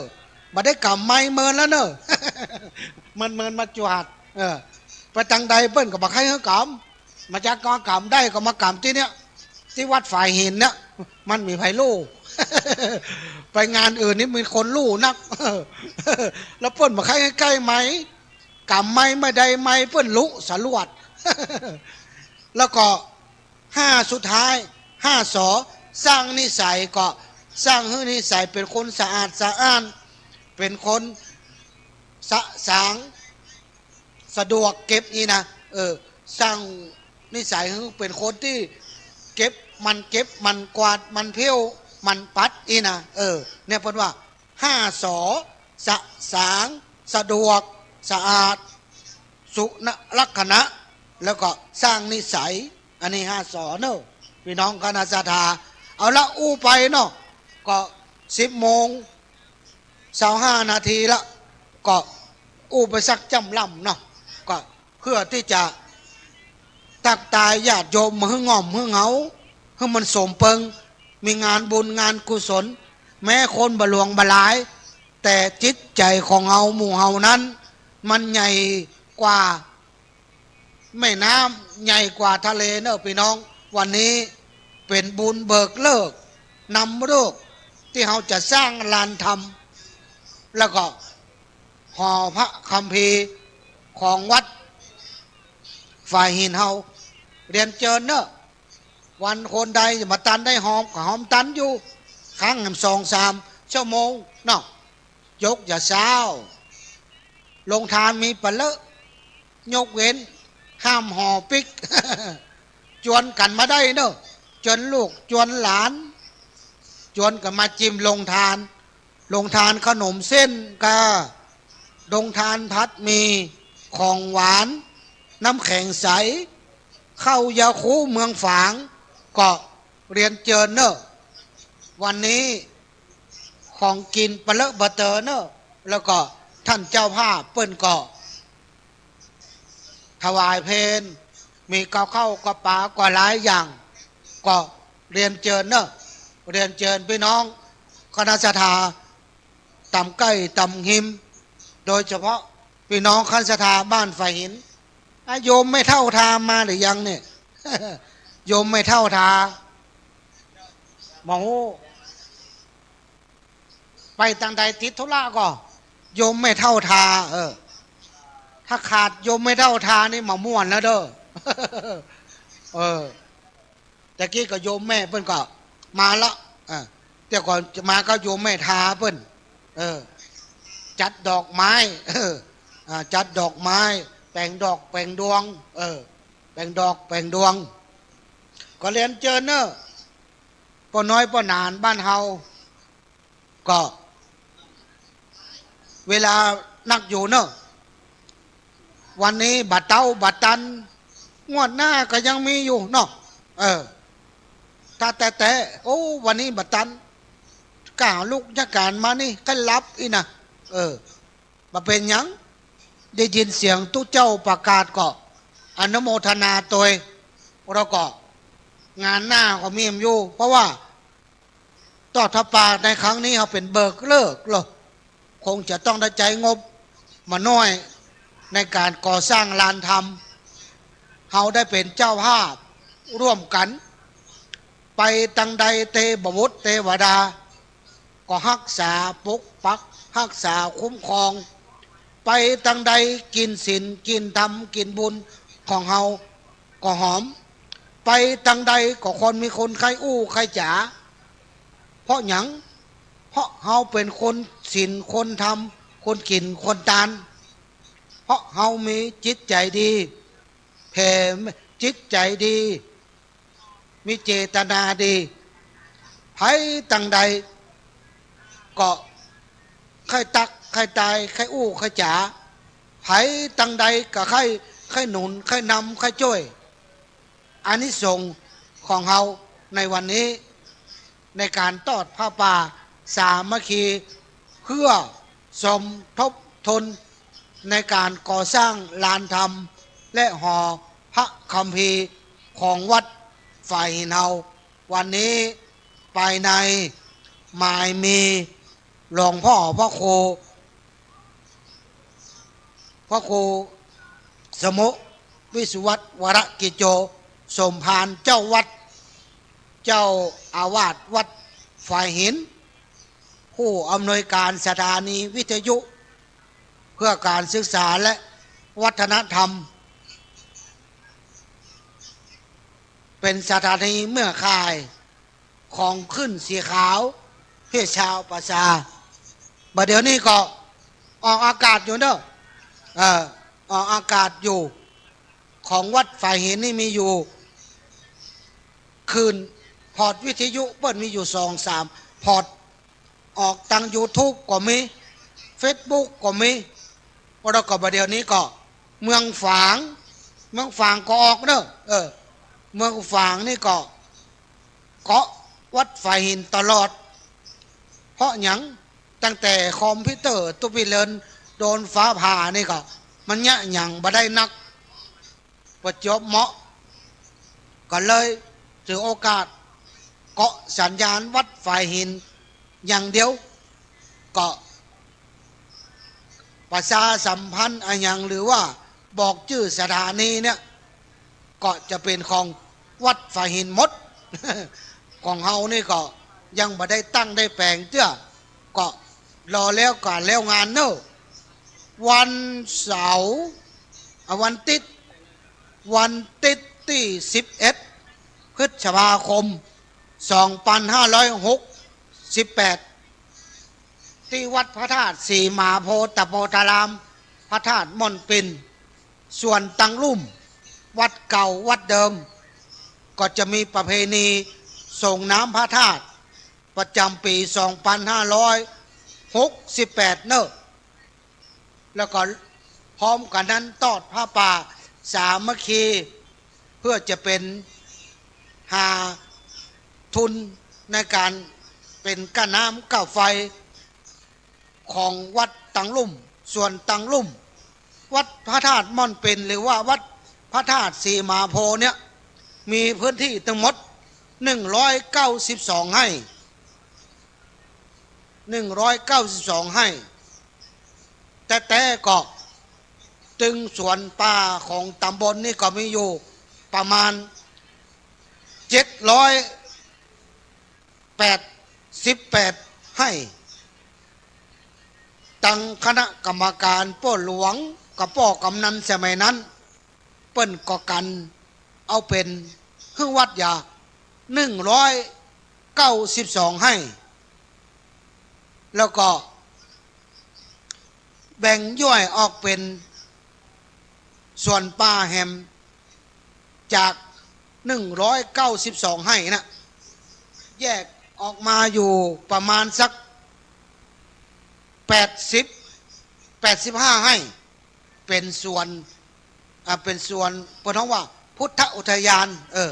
พุทธอุทยานขอเป็นวัด2ส่วนหนึ่ง9ไร่ส่วนหนึ่ง6ไร่6ไร่หรือ5ไร่เนี่ยเพราะว่าขอเป็นวัดนี่บัดต่ำกว่า5ไร่แต่เปิ้นกรมป่าไม้เปิ้นอนุญาตได้15ไร่ก็เลยแยกเป็น2ส่วนก็เลยไปขอเปิ้นเนาะไปขอเปิ้นว่าขอแยกเป็น2ส่วนหนึ่งเป็นพุทธอุทยานส่วนหนึ่งเป็นวัดนี้แยกเป็น2แปลงเป็น2แปลงก็ไปอู้เปิ้นขอเปิ้นก็บังเอิญก็ฮู้จักกันเนาะฮู้จักเจ้าหน้าที่ที่เปิ้นมาตรวจสอบของกรมป่าไม้ปุ้นมาจากกรุงเทพปุ้นบังเอิญก็อู้ไปอู้มาก็ถามกันไปถามกันมา ก็เป็นอดีตสายงานเดียวกันก็เปิ้นก็เลยช่วยเหลือแต่ก็ยังเป็นวัดเด้อก็แล้วการแล้วงานวันที่11เนี่ยจะเริ่มเชิงลุกละได้ข่าวว่าวัดพระธาตุสีมาโพเนี่ยพระธาตุม่อนเป็นขอเป็นวัดตั้งแต่ปี2549บัดเดี๋ยวนี้เป็น2568ละได้หลาย10ปีพอสมควรแล้วก็จะมาปล่อยเป็น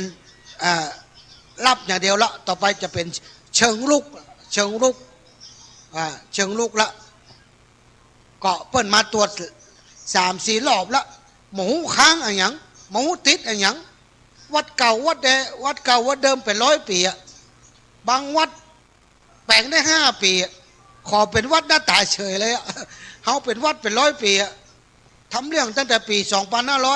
2549ยังไม่ได้เป็นวัดแต่ก็ต้องคงได้เชิงลึกหรือว่าเชิงลุกต่อไปละเรียนเจอเนี่ยพี่น้องเนอะอู้สะเพเหละข้ามเวลาไปเนาะเผื่อพี่น้องคันชาทาเผื่อเจ้าภาพ เผื่อคนโยมลุ่งโรดกับคนทันพระสุดจะได้เมตตาตังโดยท่าท่อง ต่อท่าป่าเนอะก็เมื่อวันที่16นี่ก็ต่อท่าป่าเพื่อที่จะทำระบบน้ำเกษตรงบประมาณก็ประมาณ200,000 กว่าบาทแล้วก็วันนั้นวันที่16ที่ตั้งพี่น้องคณะชาดาวัดฝ่ายหินไปร่วมนี่ก็ตอดได้อยู่130,000 กว่าบาทก็ใช้ระบบโซล่าร์เซลล์ก็จะดึงน้ำเมาเนาะน้ำเมาเนี่ยประมาณสัก400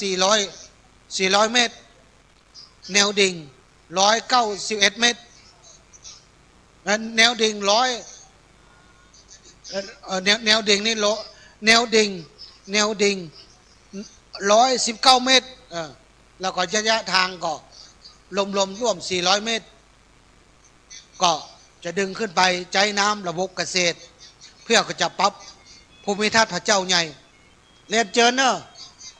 ก็ใกล้เวลาแล้วเนาะ10:36 เนอะ11 โมงฉันเพลงกัน11 โมงฉันเพลงเนอะครับครูบาอาจารย์ ครูบาอาจารย์พระสงฆ์ข้อเจ้าสามเณรเฮาก็11 โมงเขาก็จะฉันเพลแล้วเนอะอัดองค์ใดยังบ่ได้แต่งองค์ทรงเครื่องบ่ได้ล้างหน้าล้างตาแปรงฟันก็ไปแปรงฟันอย่างเด้อเน้นวัดเฮา แล้วก็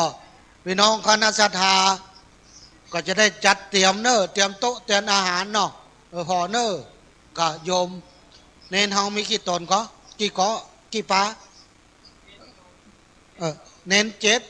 ตุ๊เจ้าเฮาก็ประมาณ7-8นะเนาะซิมเน้นเฮามีซิมมีซิมเน้นมีตุ๊เจ้ามีซิมเป็น17 1771 พี่น้องคณะสถานเนอ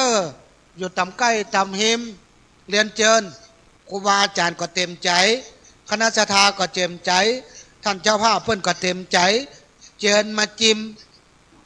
เข้าป่าอาหารเนอขนมเส้นก็ดีพัดมีของหวานก็ดี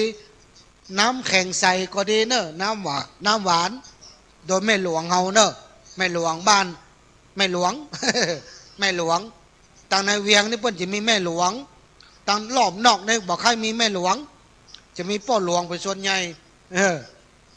ที่แม่อายนี่มีแม่กำนัน มีแม่กำนันมีนายอำเภอเป็นแม่ยิงนั่นเนาะ ก็มาเดี๋ยวนี้เปิ้นก็เปิดกว้างละเรียนเชิญเนอะพี่น้องคณะศรัทธาขนมเส้นพัดมีเนาะลืมบอกไว้แป่งขันขนมเส้นตึงขนมเส้นตึงพัดมีของหวานเอาไปใส่เสียววัดอย่าถาดนึงเนอะลืมไปก็ได้เบอร์เดียวเนอะโอ้เนอะไม่ท้าไม่ไหนก็เตรียมไม่ท้าหรอกนะไม่ท้ามายังไม่ท้านะก็เตรียมไม่ท้าหรอกจะเป็นคนใส่อันเสียววัด ไม่ท้า แล้วก็ดอกแส่น้อยเนอะไม่ท้าวันกับพี่นานดอนก็ได้แล้วพี่นานอันขนมเส้นเอาพัดมีของหวานอย่างก็ได้ข้าวยอโคอย่างนั้นเอาไปเชี่ยววัดเนอะเจ้าตัวไปเลินเพียวละเชี่ยววัด เอาแล้วเนาะเขาก็จะเฮ้อเสียงเริ่มแหกดำแห้งละอนุโมทนาเนอะกับท่านเจ้าห้าวโกคนก็จะไปนี่จะได้ฟังเพลงไปพังๆเนาะ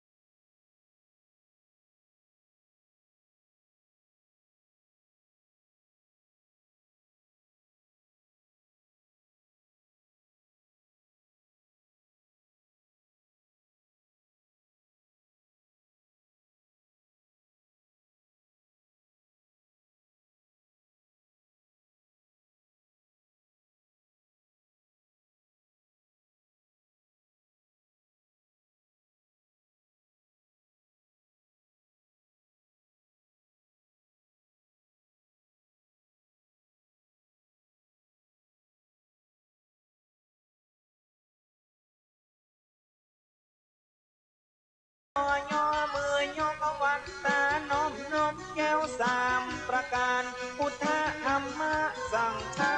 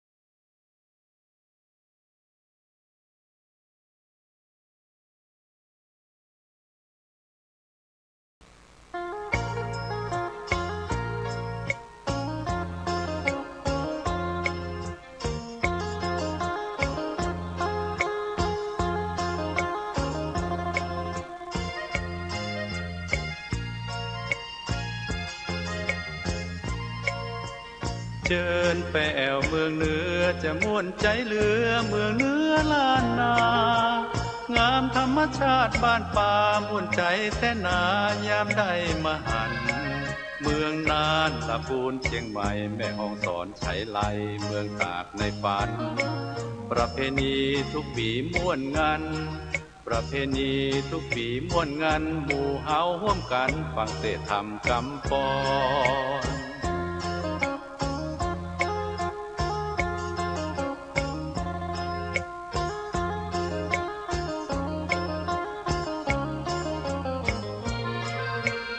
เจิญไปแอวลำปางนครเขลางลำปางบ้านเฮามีวัดเจดีย์สาวเป็นวัดบ่เก่าของหมู่เฮามาก่อนวัดลำปางหลวงเด่นเป็นที่ร่มเย็นแห่งพระธรรมคำสอนมะค่ำตะวันร้อนร้อนมะค่ำตะวันร้อนร้อนนั่งรถม้าจรแวะนครไปมา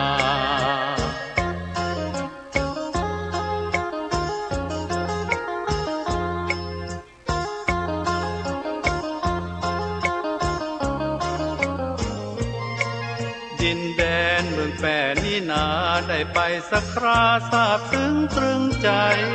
งามล้ำป่าดงพงไพรธรรมชาติป่าไม้ม่วนใจแต่ว่าพระธาตุเจ้าแห่สูงเด่นเป็นที่ร่มเย็นแห่งพระศาสนาทำดังคอยขึ้นชื่อลือจา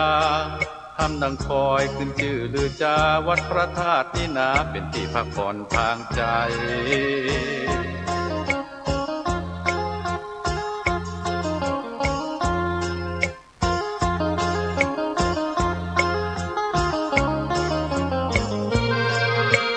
เจิญไปแอวเชียงหายป่อขุนเมงรายป่อเมืองบ้านเฮาดอยตุงพระธาตุก่อนเก่าเป็นคู่บ้านเมืองเฮาเจ้าล้านนาไทย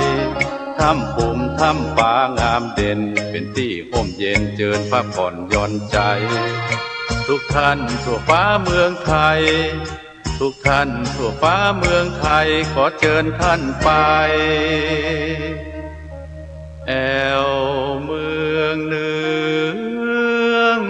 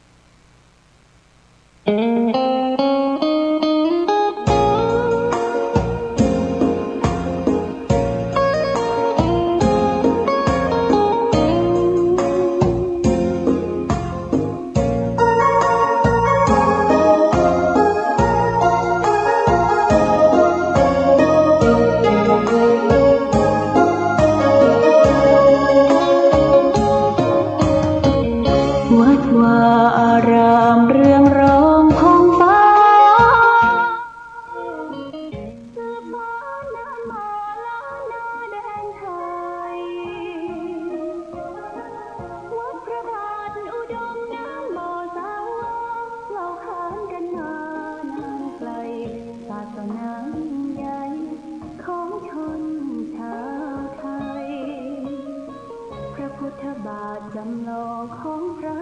สัมมา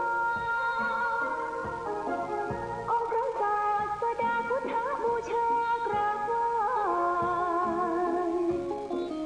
องค์พระเจ้าฝังอุดมศิลป์ผู้สร้างสรรค์มานานไกลนามอุดมก้องไปสมในฉายาก่อนเป็นวัดร้างโบราณสืบสาน2524พระมหาราชครูเกษราปัญญาปรมัตติกาจารย์จากวัดดับภัยเชียงใหม่สืบสานเวลาผ่าน